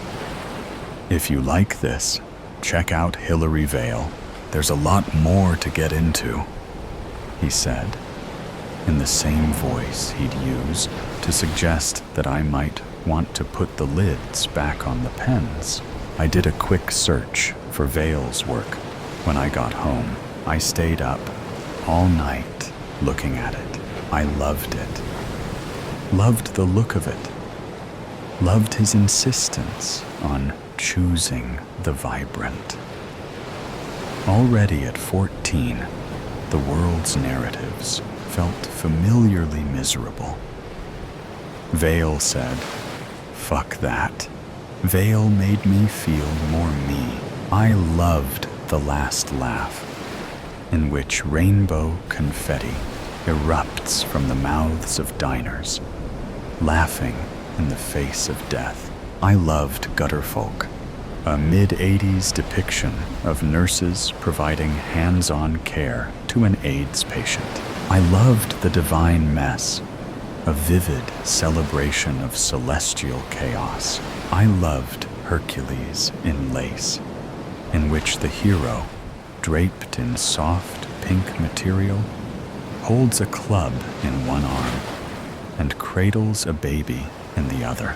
I loved Sebastian, in which the saint looks too bored with his suffering to feel it. And of course, I loved the success of Icarus. That night, my heart pumping neon red blood through my body, I'd looked up Vale himself. Still alive. Not just that, contactable. I wrote him an email to say, thank you, thank you, thank you. When I arrive home from work, I put the teacup on the top shelf of my own cupboard. It is hardly in danger from my part cat, part cushion icky, but it feels right to try and keep it safe. All right, Gaz. Afternoon, Nate. Been at the macrame again then? I wave my phone. Can't not do it. He winks and chuckles, not finding that joke any less funny than the first time he told it. I am just about to tell Gaz I've been meaning to put in a good word for him in the cafe exhibition space at the Art Center, when I look at Icarus and see it has changed again. Do you see that? I point next to where the teacup was. What? It looks like a bottle, a tiny bottle, pouring. See it? Gaz wrinkles his nose. Nah, can't see it, Nate. You must have looked at this guy one too many times. He makes the sign for crazy.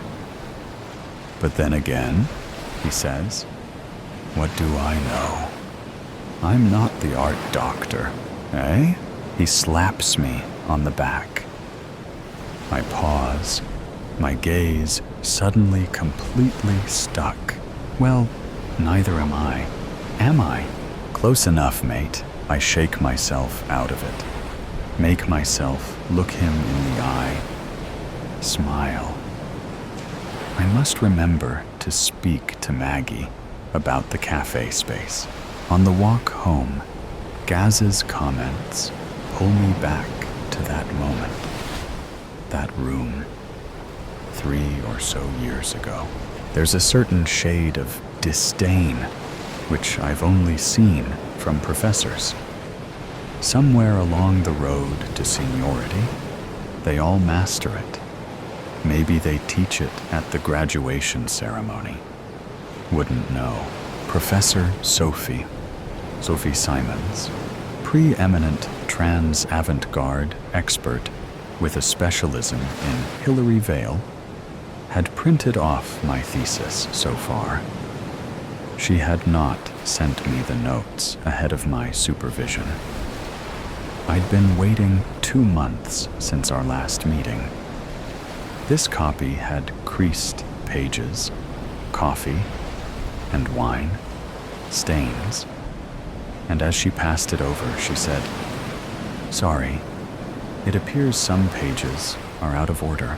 I flicked through the first few pages, which had been scrawled on in various hands. What's going on? We sat opposite each other in her poky, umbrous office. It was a room in which I felt a Vale expert should have refused to teach. She perched on the edge of her chair, hands clasped.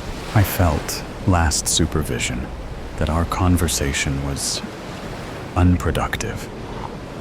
Her expression was concerned. Yes, we argued. A spirited discussion about the Redgrave matter. Any more than that, and I would have referred the matter to the faculty. She raised an eyebrow. Please bear that in mind, she continued. In our world, debate is par for the course. Pardon the pun, if you will. We must all stand up to critical vigor. But there is a point at which that becomes inappropriate. Please, I can't take another attack. You must hear me, Nathaniel, when I tell you that you have reached and passed that limit. Her voice became sharp. I can't tell you how many times I have attempted to dissuade you from your theory that Icarus was painted by a dead man. I think he's a collaborator, obviously not after he died, I said, already exasperated. Please refrain from interrupting me. I don't wish to argue with you. Her tone softened. I do ask that you hear me.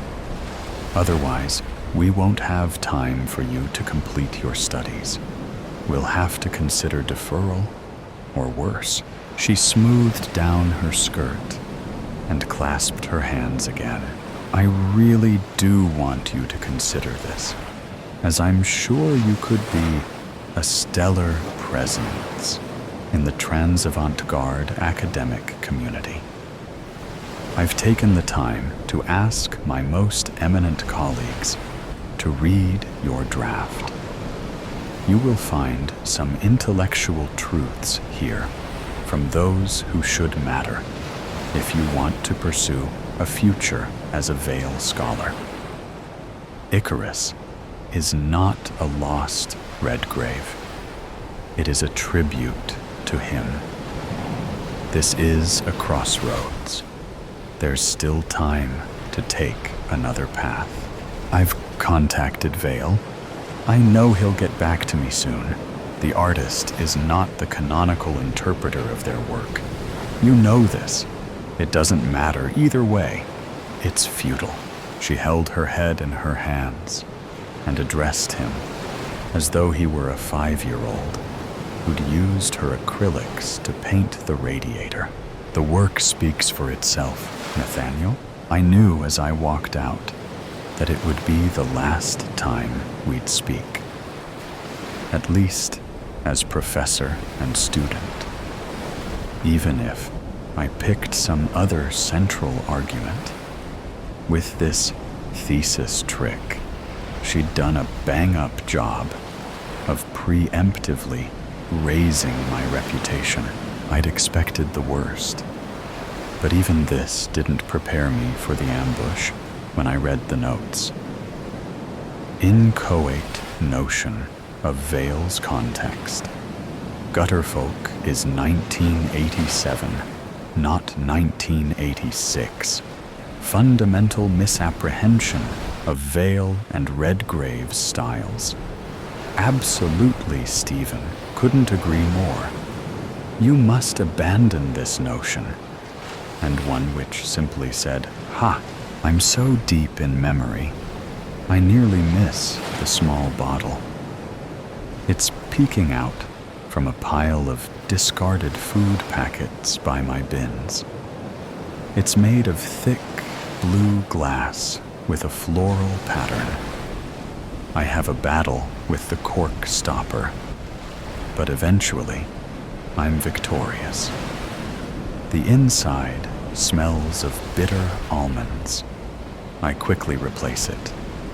I know very well what Redgrave drank to kill himself. What I don't know is why it's in my possession. I walk home quickly and put it on the shelf next to the teacup. Veil wouldn't have spent time on grim thoughts. So after Professor Simons and I uncoupled, I tried my best not to ruminate. I hadn't won over the establishment, and the artist had not validated my theory. But no one died, just my ambitions, and the plan for the rest of my life. As I look at Icarus this evening, I get as close up as I'm allowed. I trace my finger in the air over the brush strokes of the impossibly textured sea, a palimpsest. I look at the eyes, which bear a hint more definition than Veil's usual style. They look wider, more fear than exhilaration in them today. As I scan the sky, I see them all. The teacup, the bottle, and holding the bottle, a hand, not Icarus's. I think about my solitary park walk home and bite my nails. "Oh, right, Nate," I hear Security Stu call. "Heard you got Gaz his first exhibition." Maggie had loved the idea of macrame. Apparently, Cord is in. He shakes my hand vigorously. "Good lad.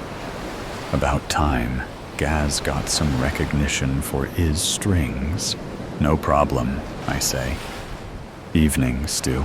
I glance at Icarus one last time before leaving. I can't help but see the hand. The little finger sticks out. Jaunty. Camp. I wonder if I'll make it home. I'm really glad I put the bottle of cyanide where Icky can't get it. I'm close to the park when my phone begins to ring. It says unknown number, but I know who's calling. I answer. "Hillary Vale?" That's right. Hearing such a familiar voice addressing me feels like seeing the eyes of Icarus turn, slowly seeking to fix directly on mine. "You emailed me a long time ago. Sorry it's taken me so long to reply. You really don't have to," I say. He laughs, and even though now I know what I know, I still feel a rush, an aurora surge within me. "I sent you some emails more recently. I could have done with a reply to them, too." I pause. Regrave painted Icarus, didn't he? It takes a while for Vale to reply. He was more of a collaborator.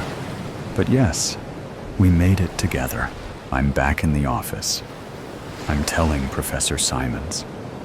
I imagine her face, those clasped hands, gripping on to the last moments of her illustrious reputation. I've still got the thesis covered in vicious marginalia. I could publish it.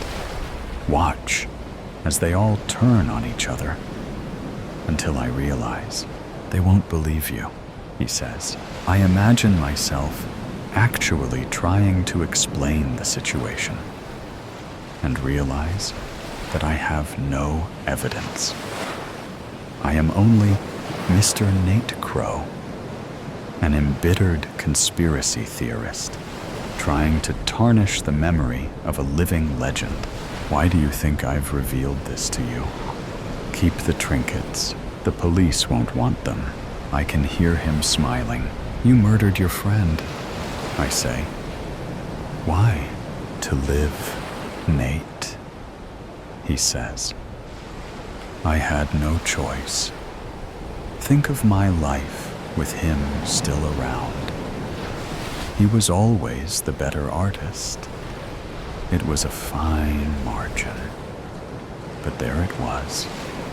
Every award, every exhibition opportunity. He was there around every corner, winning it all. I always thought I could achieve more, do better, outrun him like Atalanta, until he painted Icarus. When I saw it, how remarkable he had made my vision. That's when I knew I'd never be legendary with him around. I was great, but he was greater. And so, his voice became a forced rasp. I needed to be the sun. Why tell me at all? I ask. Nate, it's been 40 years. You've seen from my art how I've struggled to avoid these encroaching shadows, with no way to unburden myself. But now I have you, and you finally have me. He ends the call. In my mind's eye, I see the last laugh, in which rainbow confetti erupts from the mouths of diners, laughing in the face of the figure of death who remains there, temporarily obscured. I see gutter folk, a mid-'80s depiction of nurses providing hands-on care to an AIDS patient. And it suddenly feels like performative empathy. I see the divine mess, a vivid celebration of celestial chaos, where noise drowns out the clarity of truth. I see Hercules in lace, in which the hero, draped in soft pink material, holds a club in one arm, slightly behind him, and which you may not notice, given the baby cradled in the other. I see Sebastian, in which the saint looks bored of his tiresome, endless suffering. I see Icarus's terror when I find artwork I'm entranced by. I offer myself up for captivity. I look at it loudly, close up, and quietly from a distance. I look at it in and out of focus. And there, that's me, in the corner of that park scene, doing an impression of being incidental when the world went gray.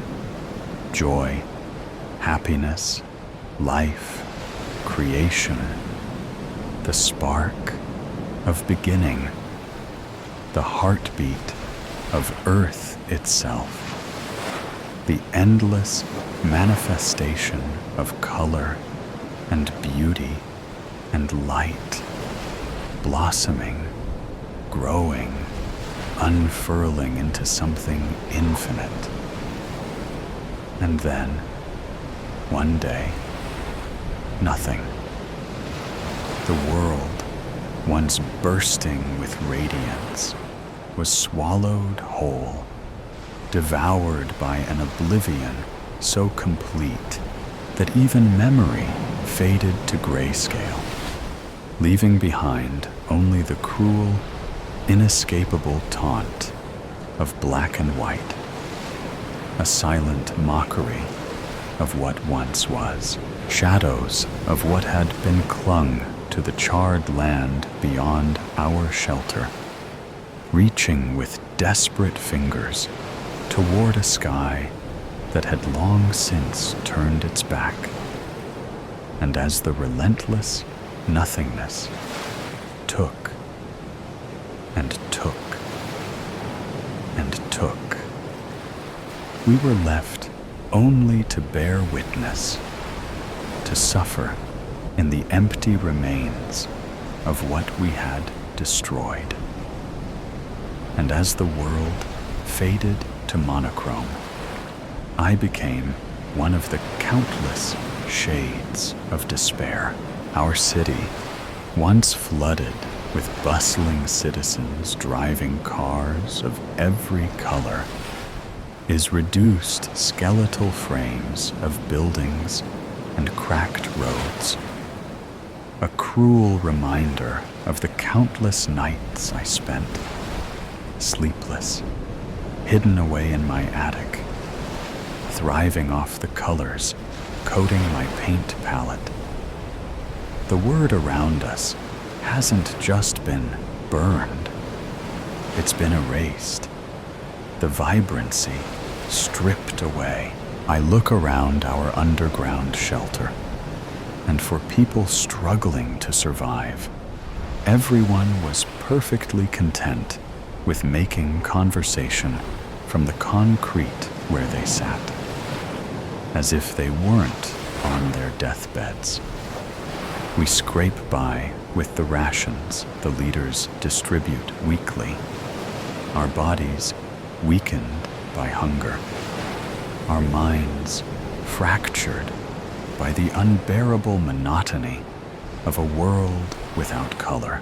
But it isn't the hunger or paranoia that haunts us. but the weight of absence, the memories of color fading with each passing, dissolving to add to the torture of the ash flakes contaminating the air. Black, white, gray, repeat, every damn time. And then I find myself thinking the same, though I thought, since the day the world was drained of color. This is a dream. Colors can't just disappear, and yet, here we were in this mere sketch of what was. A vast land that stretched on through the remains of the nuclear tragedy, colored in shades of ash and bone, where nothing grows and nothing dares to blossom. For now, I resort to my only escape, my eyelids suddenly feeling too heavy, my mind too weary. Symptoms we've long since accepted as the norm, and allow myself to relax against the concrete wall. Part 1. Rations are low. Too low. A small group of us was sent into the depths of our despair to scrounge together enough food to ensure our, at the least, survival.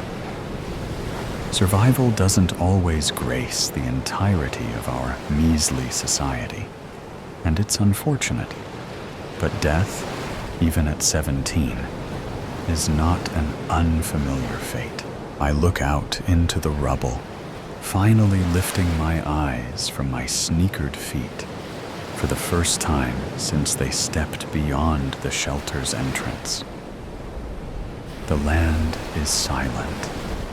The only sound, the crunching of boots landing against who knows what, and the whipping wind nipped at my skin, scattering my once auburn-streaked hair across the back of my jacket. Black, white, gray, a gleam catches my eye. We're at the edge of the ruins. That's impossible. My feet are already betraying me, already venturing closer to this foreign feeling of freedom. 5 years ago was the last time I was graced with the presence of color. 5 years since the bombs. 5 years since this world was diminished to a mere grayscale. 5 years. For color to still exist would be out of the question. I track the glistening spar of hope, forcing my eyes to stay open, forcing my feet one in front of the other, until, where'd it go? I blink. Scanning the scene, my eyes dart frantically from each piece of colorless scrap to the next. Come on. Come on.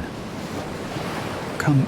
Nothing. The unmistakable feeling of wilted grass prickles at my knees as they hit the ground where it was.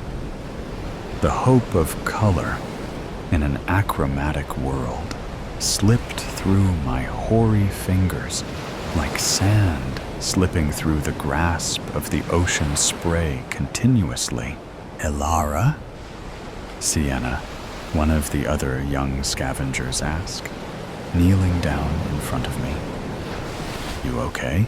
I blink back tears I didn't know were welling, forcing composure I don't have, even as I feel the feather-light touch of Sienna's hand on my shoulder. I know I can tell Sienna the truth. She did take me in after the bombs killed my parents, but to burden her would be to break myself in the process. Yeah, My voice is breathy, as if I'm questioning my own answer, while letting the first one that comes to mind slip past my lips. If anyone is going to believe me, it's going to be her. She is the only family I have left, after all. I thought I saw color. Sienna's muted, but still striking. Once blue eyes go wide, clawing to clench onto the sliver of hope and clinging onto it like a lifeline. Anything, everything.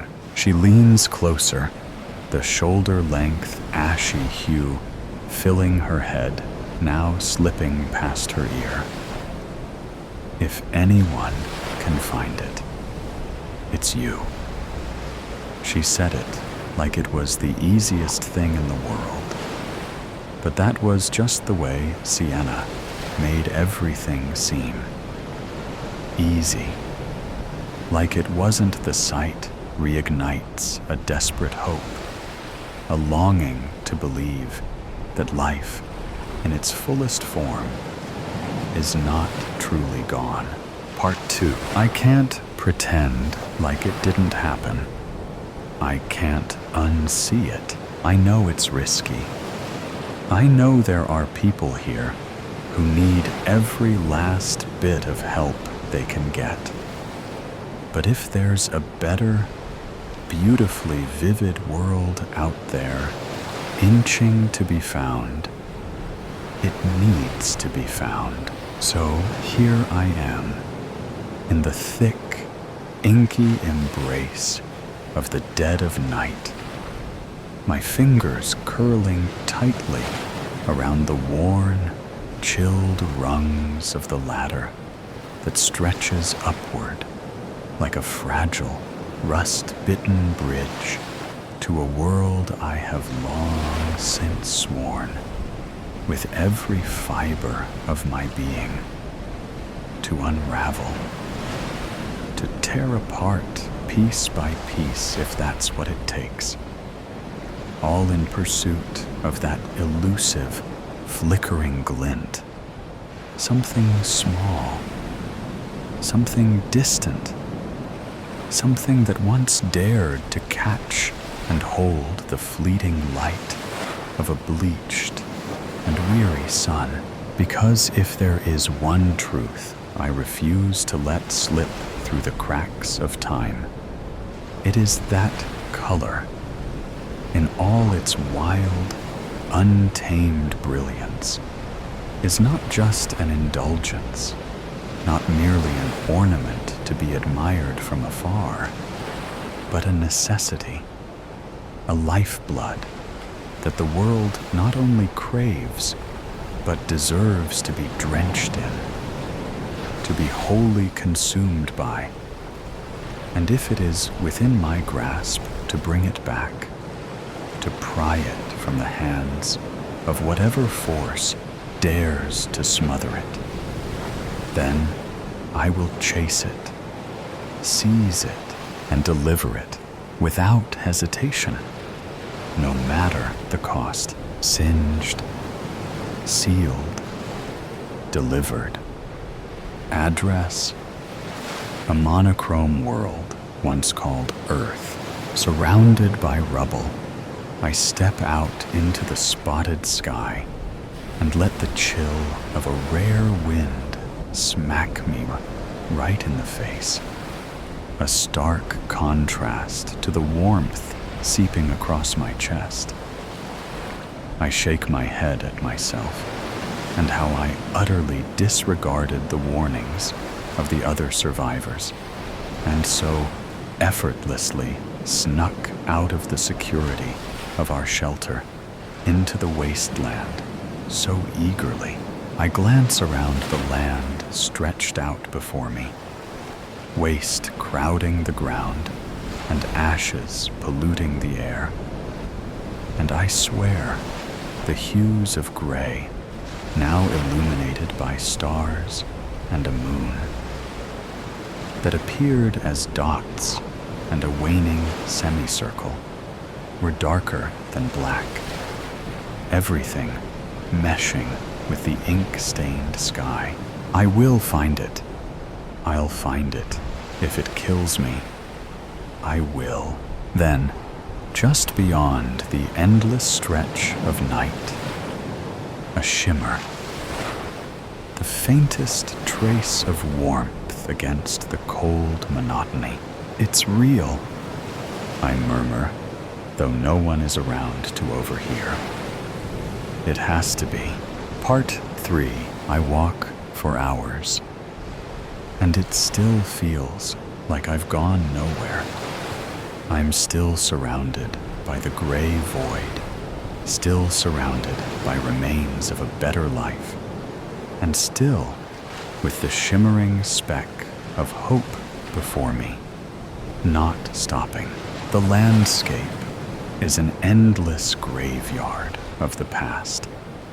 Twisted steel, collapsed buildings, and roads that crack beneath my feet stretch on like the bones of a forgotten civilization. Everything is still. No birds cry overhead. No wind whispers through trees, because there are no trees left to whisper through. The silence is heavy, pressing against me like the weight of the sky itself. I huff, pressing my back against a crumbling door, not bothering to look at the house, but rather the swing set across the road, peering intently as it swings back and forth in the stillness of night, moved by something unseen. Perhaps the ghost of the child who cherished it. A sigh slips past my lips at the tempting offer of sleep, but refusing to give in quiet yet. I push my weight forward. My feet drag, weighing me down. Black, white, gray. Repeat. It's infuriating that I can't close the distance between me and my last hope of color. My eyes snag on a reflection in the road. My pace quickens. My footfalls echo in the empty, colorless world as I near the glinting surface. A mirror, cracked, dirt-speckled, abandoned in the middle of the road, like it doesn't belong. Like nothing belongs. I slow, breathing hard. My reflection stares back at me, distorted by the fractures spider-webbing across the glass. The same dull world is behind me. The same lifeless sky above. But beneath me, just beyond the cracks, something else, green, my breath catches.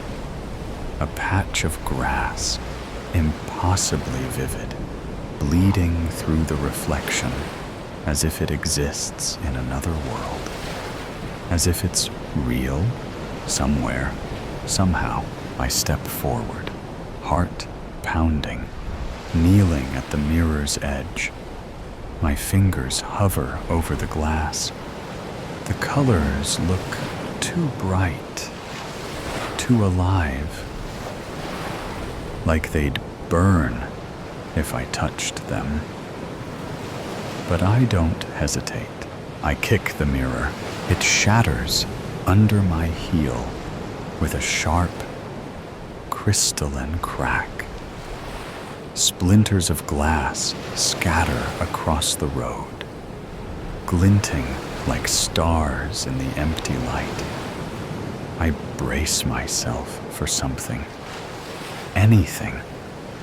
A shift in the air, a tremor in the ground, a door opening where there was none before.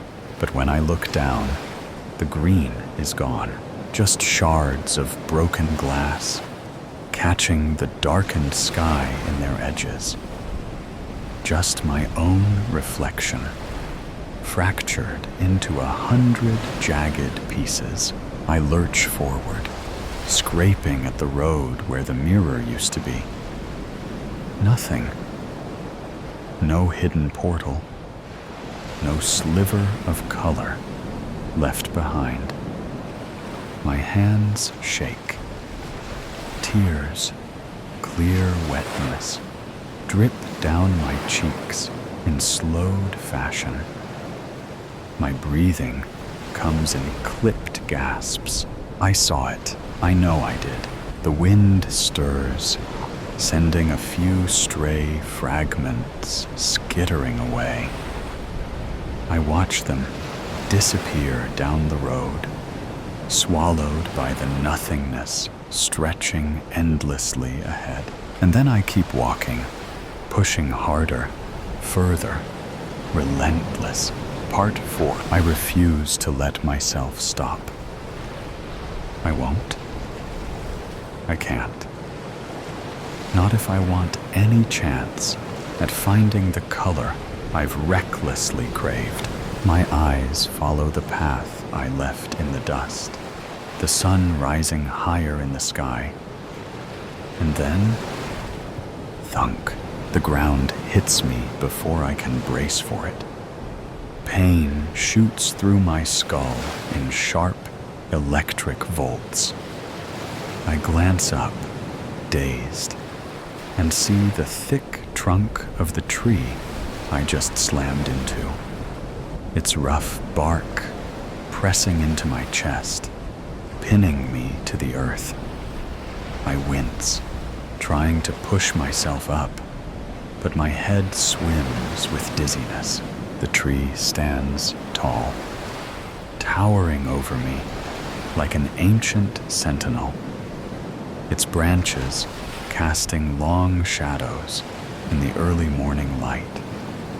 I can feel its strength, as if it's mocking my weakness, daring me to rise again. I press my palms to the ground, leaves crunching beneath them, and accept this tree's challenge. The rough earth presses against my skin, grounding me in this moment, daring me to rise. A chill runs through my spine as I push myself up, dirt clinging to my fingertips. The air is thick, damp, charged with something unseen but undeniable. Prepared to confront the tree, I stand to my feet and ball my fists, the tension in my body coiling like a spring. I'm ready. My knuckles tighten, breath steadying, until a sharp, almost imperceptible sting pricks at my palm. Crunch. My hand flattens instinctively, fingers twitching as I feel the sensation spread. The leaves, crisp and brittle, stick to my skin like they belong there. A brief annoyance flickers through me, and I almost brush them off without a second thought, until something stops me cold. The color, not gray, not black, not the dry, lifeless husks of darkness. These leaves are green. It's faint, fading, dying, but it's there. The realization steals the breath from my lungs. Green here. Among the decay, color still exists, but it is fading. The world is not truly black and white. It is dying in slow motion. The nuclear bombs did not erase color.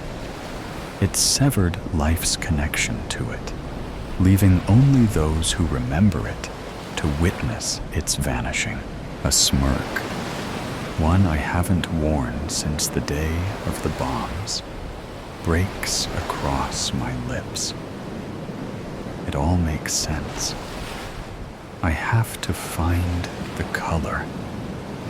I have to find the, what about everyone else? What about Sienna? I cut myself off, bending to gather a handful of dull leaves from the ground. Sienna would want this. If anyone can find it, it's you.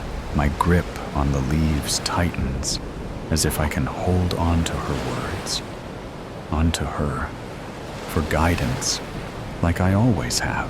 And I intend to do just that. One step. For hope, another.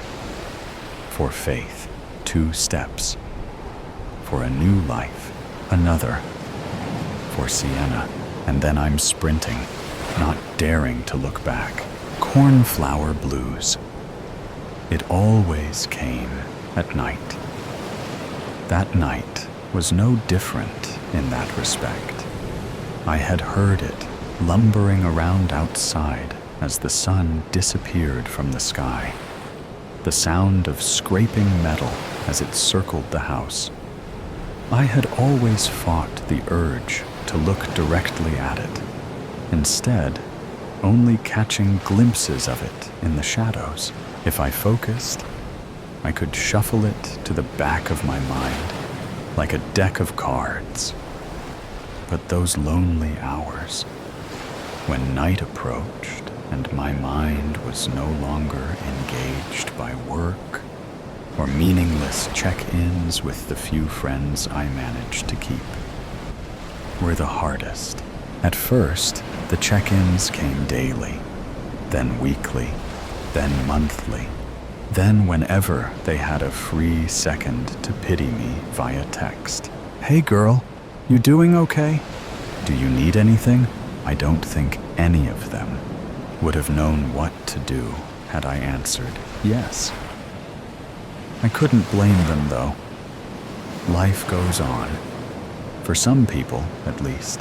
But anyway, the difference in this particular night was that I had decided to allow my mind to go to that place. No shuffling this time. Instead, accepting the cards that were dealt. Sometime after my 5th or 6th glass of Pinot Noir, I turned my phone off, placed it on the end table next to a stack of unpaid bills, pushed the dirty clothes to one end of the couch, and sank into the other end. Alone. It had been 12 months to the day since I lost my sweet boy with the cornflower blue eyes. Cornflower Connie, as I called him. Parents should never have to bury their children. Todd was completely shattered. He left me this past June. I had dropped to a rail-thin 99 pounds, and he said he couldn't stand to see me hurt any longer.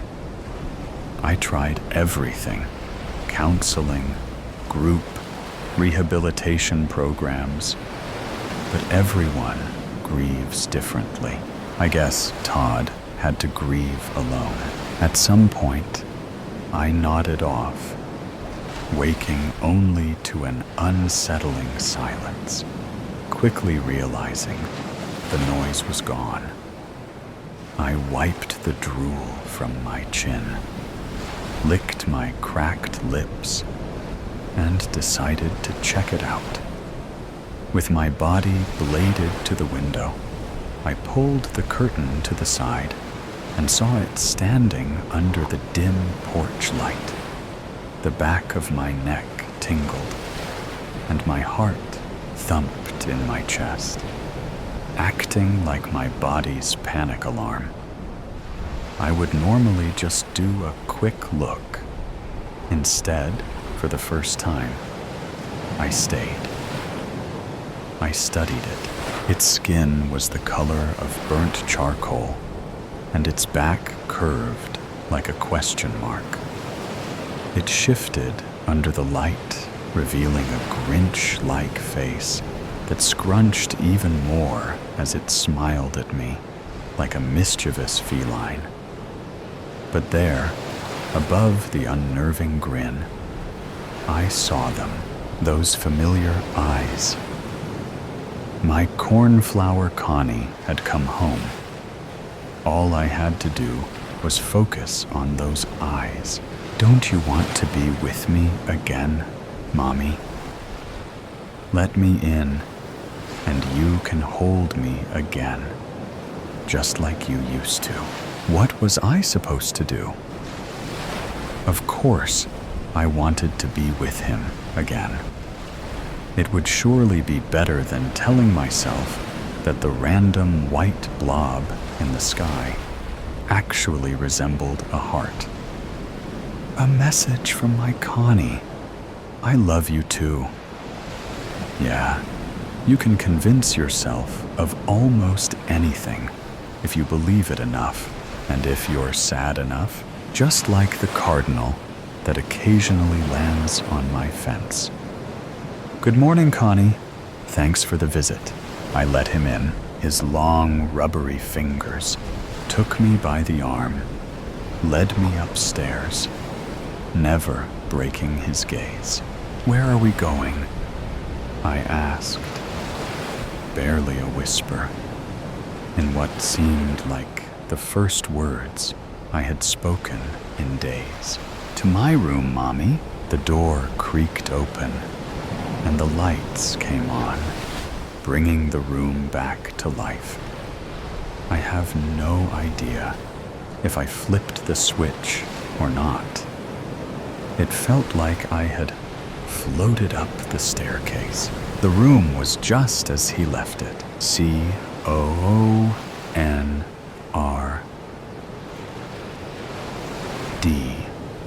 colorfully stenciled on the blue wall above his big boy twin bed.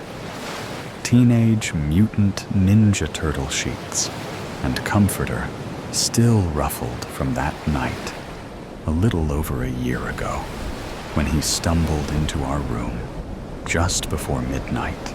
Mommy, my chest feels weird, he moaned. After a 104.1 fever, we rushed him to the hospital. My cornflower Connie would never come home again. His fingers rolled up my sleeve and led me to the bed. I pressed his Michelangelo stuffed animal to my face, inhaling deeply, hoping it still held Connie's scent. It didn't. The tears fell, and his grip tightened on my arm, leading me into the bed. He never let go of my arm. Lay with me, Mommy. I climbed in, pulled the covers to my stomach, and rested my head on Connie's pillow. I miss you so much, baby, I yelled through tears, pounding my one free fist on the mattress. I'm here if you keep looking in my eyes. Just then, his eyes flickered, and it, as if I was watching a projection screen. I watched as we took in the afternoon show of the new Spider-Man movie last year. Connie's lap littered with buttery popcorn that missed his mouth, his icy stained lips framing his checkered smile. A flicker, a summer afternoon drive around the neighborhood, blasting random 90s songs. He loved the songs that I grew up on. We would do our absolute worst to sing along. Keep looking at my eyes, Mommy. Just a little bit more. until you can hold me again. His grip tightened some more. Another flicker, a lazy Sunday. Me sprawled out on the couch, my Connie's little body slowly rising and falling with my breathing as he naps on my chest. Another second, and I'm yours again. How could I say no? I did what he asked, just a little longer. The avalanche of warmth I felt was euphoric, as if my insides were swaddled in a heated blanket. It was the first semblance of comfort and peace that I hadn't felt since he was actually here with me. I did what he asked. Then I waited. That was 2 days ago, and I don't see my cornflower Connie anywhere. The comfort I had felt the other day dissipated in an instant. I've been patiently waiting, but now I wonder, did it lie?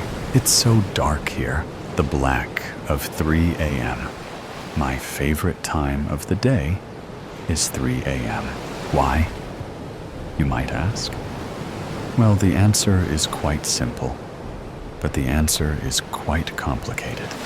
You'll understand in time.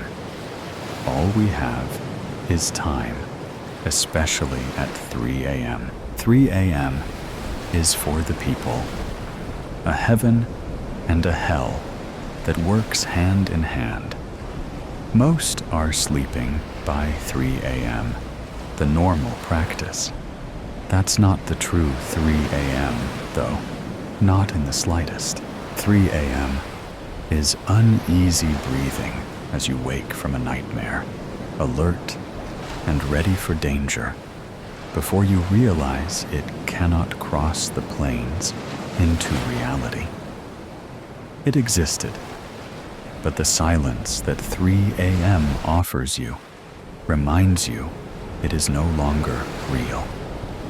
It was real, but it's gone. Maybe it'll be back, but not now. Not at 3 a.m. However, for some, it's far too real, far too close, and it's right there. 3 a.m. is there to support them, though, the black filled with cloud from the moon. It makes the lights we use seem so bright, makes every step seem too loud. Yet, it is perfect. 3 a.m. is technology-lit rooms. It's for the gamer who has yet to quit their endeavors, with softly pressed keys and hushed voices. It's for those who the 3 a.m. favors, letting the time wash by as they hope for sleep, reprieve, something. It rarely comes. They hate the 3 a.m. 3 a.m. is for bright white lights of shops that seem amiss in the black of night. The people inside always vary, but not all of them want to be there. Not all of them like that side of 3 a.m. It's filled with soft chatter, or more often, no chatter. A silence that booms, that ticks on by. The people all have reasons for being there. Some can't sleep as a duty to their family, to travel within the black of night, to lessen their family's load. Some can't sleep because of what sleeping means for them, the horror it brings along again and again. Then there are those that brave the 3 a.m. for something go insignificant as money. The cashier who experiences the full blunt of how slow 3 a.m. can be. The man with a gun, he's the most desperate, but he knows how bad the 3 a.m. can get. The officers, tired, exhausted, but they have a job to do. 3 a.m. is terrifying. It's black, black, black. It's lonely. It's scary. There are things that happen at 3 a.m. in back alleys and bar bathrooms. 3 a.m. teaches you just how horrible the world is, how unmerciful it is. I think 3 a.m. depends on the people. It's made for the people. 3 a.m. is the time where no one judges, where people can be their truest selves, for best or for worse. 3 a.m. is like the sky, the night sky. It's black, black, black. That is it. It's darkness and darkness, and it swallows up everything. 3 a.m. is like the sky, bright and full of stars, all so far away. The sky is darkness, darkness, darkness, but it allows us to see, to truly see what surrounds us. It shows us the stars from so far away, burning and burning away, until you realize that we can only see what the stars once were, a bright light before it burns out. 3 a.m. is for loss, for quiet sobs and silent wailing. It's for time to stop, to let reality hit you head on. 3 a.m. is for selfish, hateful crying over losses you never used to think you had to prepare for. 3 a.m. is for pain, for bubbly and outgoing people to let their feelings take control, to lose the mask they present the world. It's a time for red to meet bathroom tiles. It's a time for young people to fly. It's time for pain. 3 a.m. is pain, and it doesn't know anything else. 3 a.m. is for love, for heart-to-heart chats on top of bridges, or whispered phone calls under blankets. 3 a.m. is for wrapping wounds you shouldn't have made, but knowing they will worry your friend, so hiding them is a priority. 3 a.m. is for promises. A text that says you'll love them forever. A voice message saying it's not their fault, never their fault. Sometimes it's promising them unconditional love, and sometimes it's promising them more time. 3 a.m. is mysterious like that, despite its flaws. I love 3 a.m. I recognize it for what it is. It's a time to rest, to scream, to cry, to mourn. But it's also a time to talk, to connect, to know you aren't alone. 3 a.m. is peaceful. 3 a.m. is awful. It gives, but then it takes. 3 a.m. is where I met you for the first time. On the very bridge I wouldn't leave, I met you. We spoke of 3 a.m. together under the moonlight. We spoke of 3 p.m. as well.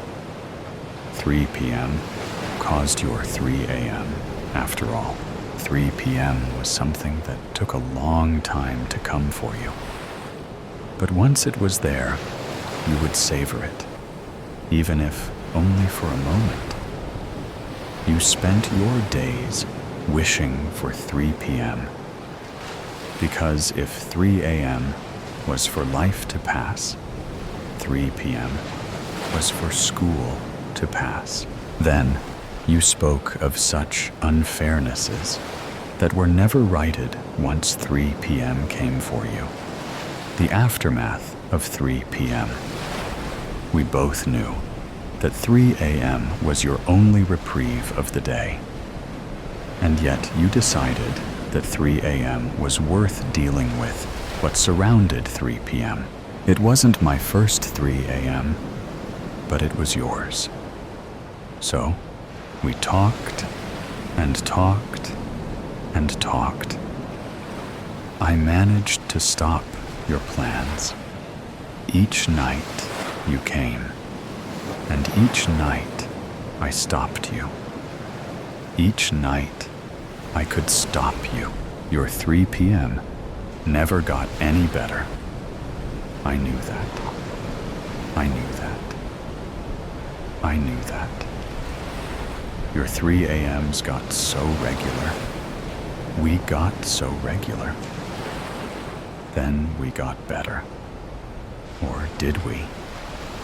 Was I just imagining that? I saw you smile more. Soft and so vulnerable. You gave me your soul, whispered every secret. And yet, you were my sister, my little baby sister. Not by blood, not by name, but by 3 a.m. whispers. You were blood in ways that mattered. Shared blood-splattering pavements and matching bruises from after our 3 p.m. You were my 3 a.m. You made my 3 p.m. bearable, and I returned the favor as much as I could. Little sister, you were so little. We were far too young. I broke our promise. First, it was selfish, foolish, and absolutely monstrous of me. You weren't there. You didn't need our 3 a.m. I slipped. I'm sorry. So sorry. I knew there would be consequences. When you came to our spot on the abandoned bridge, the next 3 a.m., oh, I tried to hug you, tight as you wailed, pulling you into a cold embrace. It was no use, though, no matter how tight I held you, no matter how much I loved you. I failed you, my dear little sister. You were the only person to find my body, and I, yours. Gridlock of the mind. The 405 stretched endlessly before me, a vein of asphalt pulsing with the dull monotony of brake lights. Every morning, I merged into the current of half-conscious souls, each of us trapped in the same routine, inching forward to destinations we resented. My corporate job barely paid my bills, and my spirit eroded with each passing day. Yet, like a prisoner resigned to their cell, I got into my car every morning, hoping, futilely, that something, anything, would change. Today felt no different. The same stifling air, the same murmur of the radio, the same dull ache pressing behind my eyes. I stared ahead, watching as the red taillights blinked and glowed in a never-ending pattern, hypnotic in their rhythm. I sighed, my hands gripping the wheel. This wasn't life. This was something else. Some cruel purgatory where change was an illusion. As I drove, a strange sensation washed over me, an unsettling tug at the back of my mind.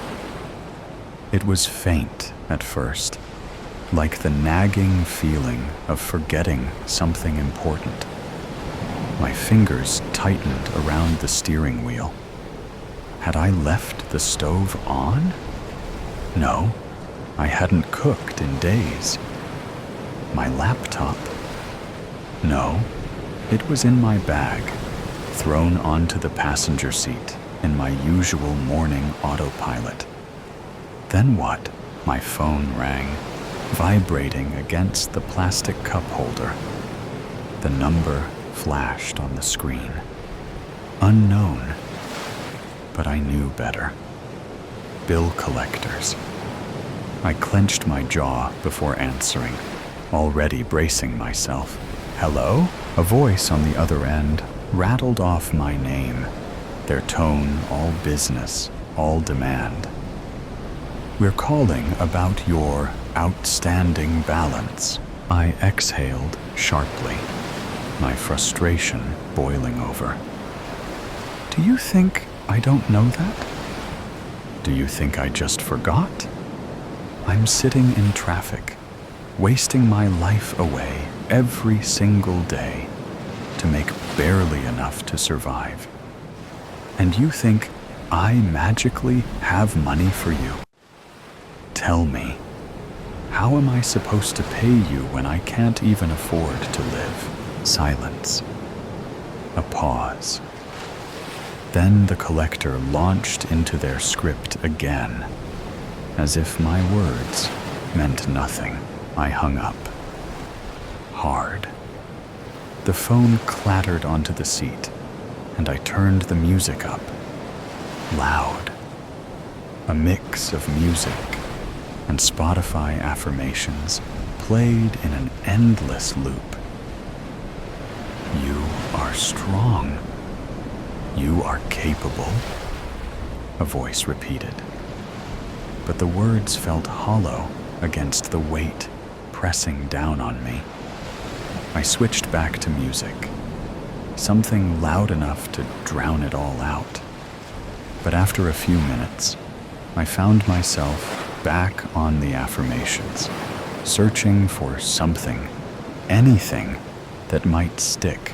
You are in control of your life, the voice insisted. I scoffed, flipping back to music again. The bass thumped through my chest, rattling through my bones, drowning out the rage, the helplessness, the crushing weight of it all. I shook the feeling off and pressed forward. But the thought gnawed at me, creeping into the corners of my mind like an itch I couldn't scratch. The traffic slowed, locking me into a dead stop between exits. I drummed my fingers against the wheel, the silence growing unbearable. Something was wrong. Something was missing. The air inside the car felt heavier now, oppressive. I adjusted my rearview mirror and caught a glimpse of my own eyes, shadowed and hollow. Was it always this way? Was I always this way? The weight of exhaustion bore down on me. My limbs felt heavier than they should. Had I slept enough last night? Had I ever slept enough? I closed my eyes, taking slow, steady breaths. But when I opened them, the scenery outside seemed different. The colors muted, the sounds dampened. My vision blurred for a moment before snapping back into focus. But the creeping unease remained. I was losing time. One moment, I was at the interchange, and the next, I was pulling into the parking garage beneath my office building. My heart pounded as I stepped out of the car, my legs unsteady, as if I had forgotten how to walk. The air felt wrong, too thick, too still. I moved through the lobby, the fluorescent lights above buzzing softly, pressing against my skull like a dull migraine. The elevator doors slid open, and I stepped inside. The mirrored walls reflected me back at myself. And for a fleeting moment, I saw something else.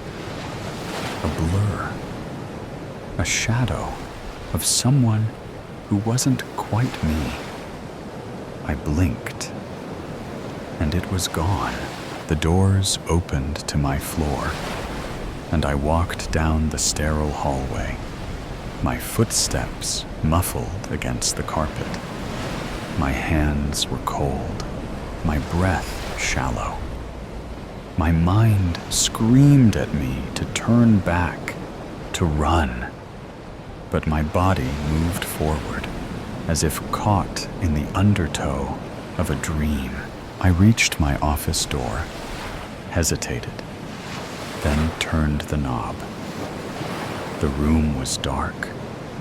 The air smelled of familiarity, of something deeply personal. My breath hitched as I took a step inside, and the walls expanded, morphing, shifting. No, I wasn't at the office. I was home. My bedroom lay before me, unchanged and untouched, as if I had never left. My unmade bed, the half-empty coffee cup on my nightstand, the soft hum of the city outside my window. I stumbled backward, my heart hammering.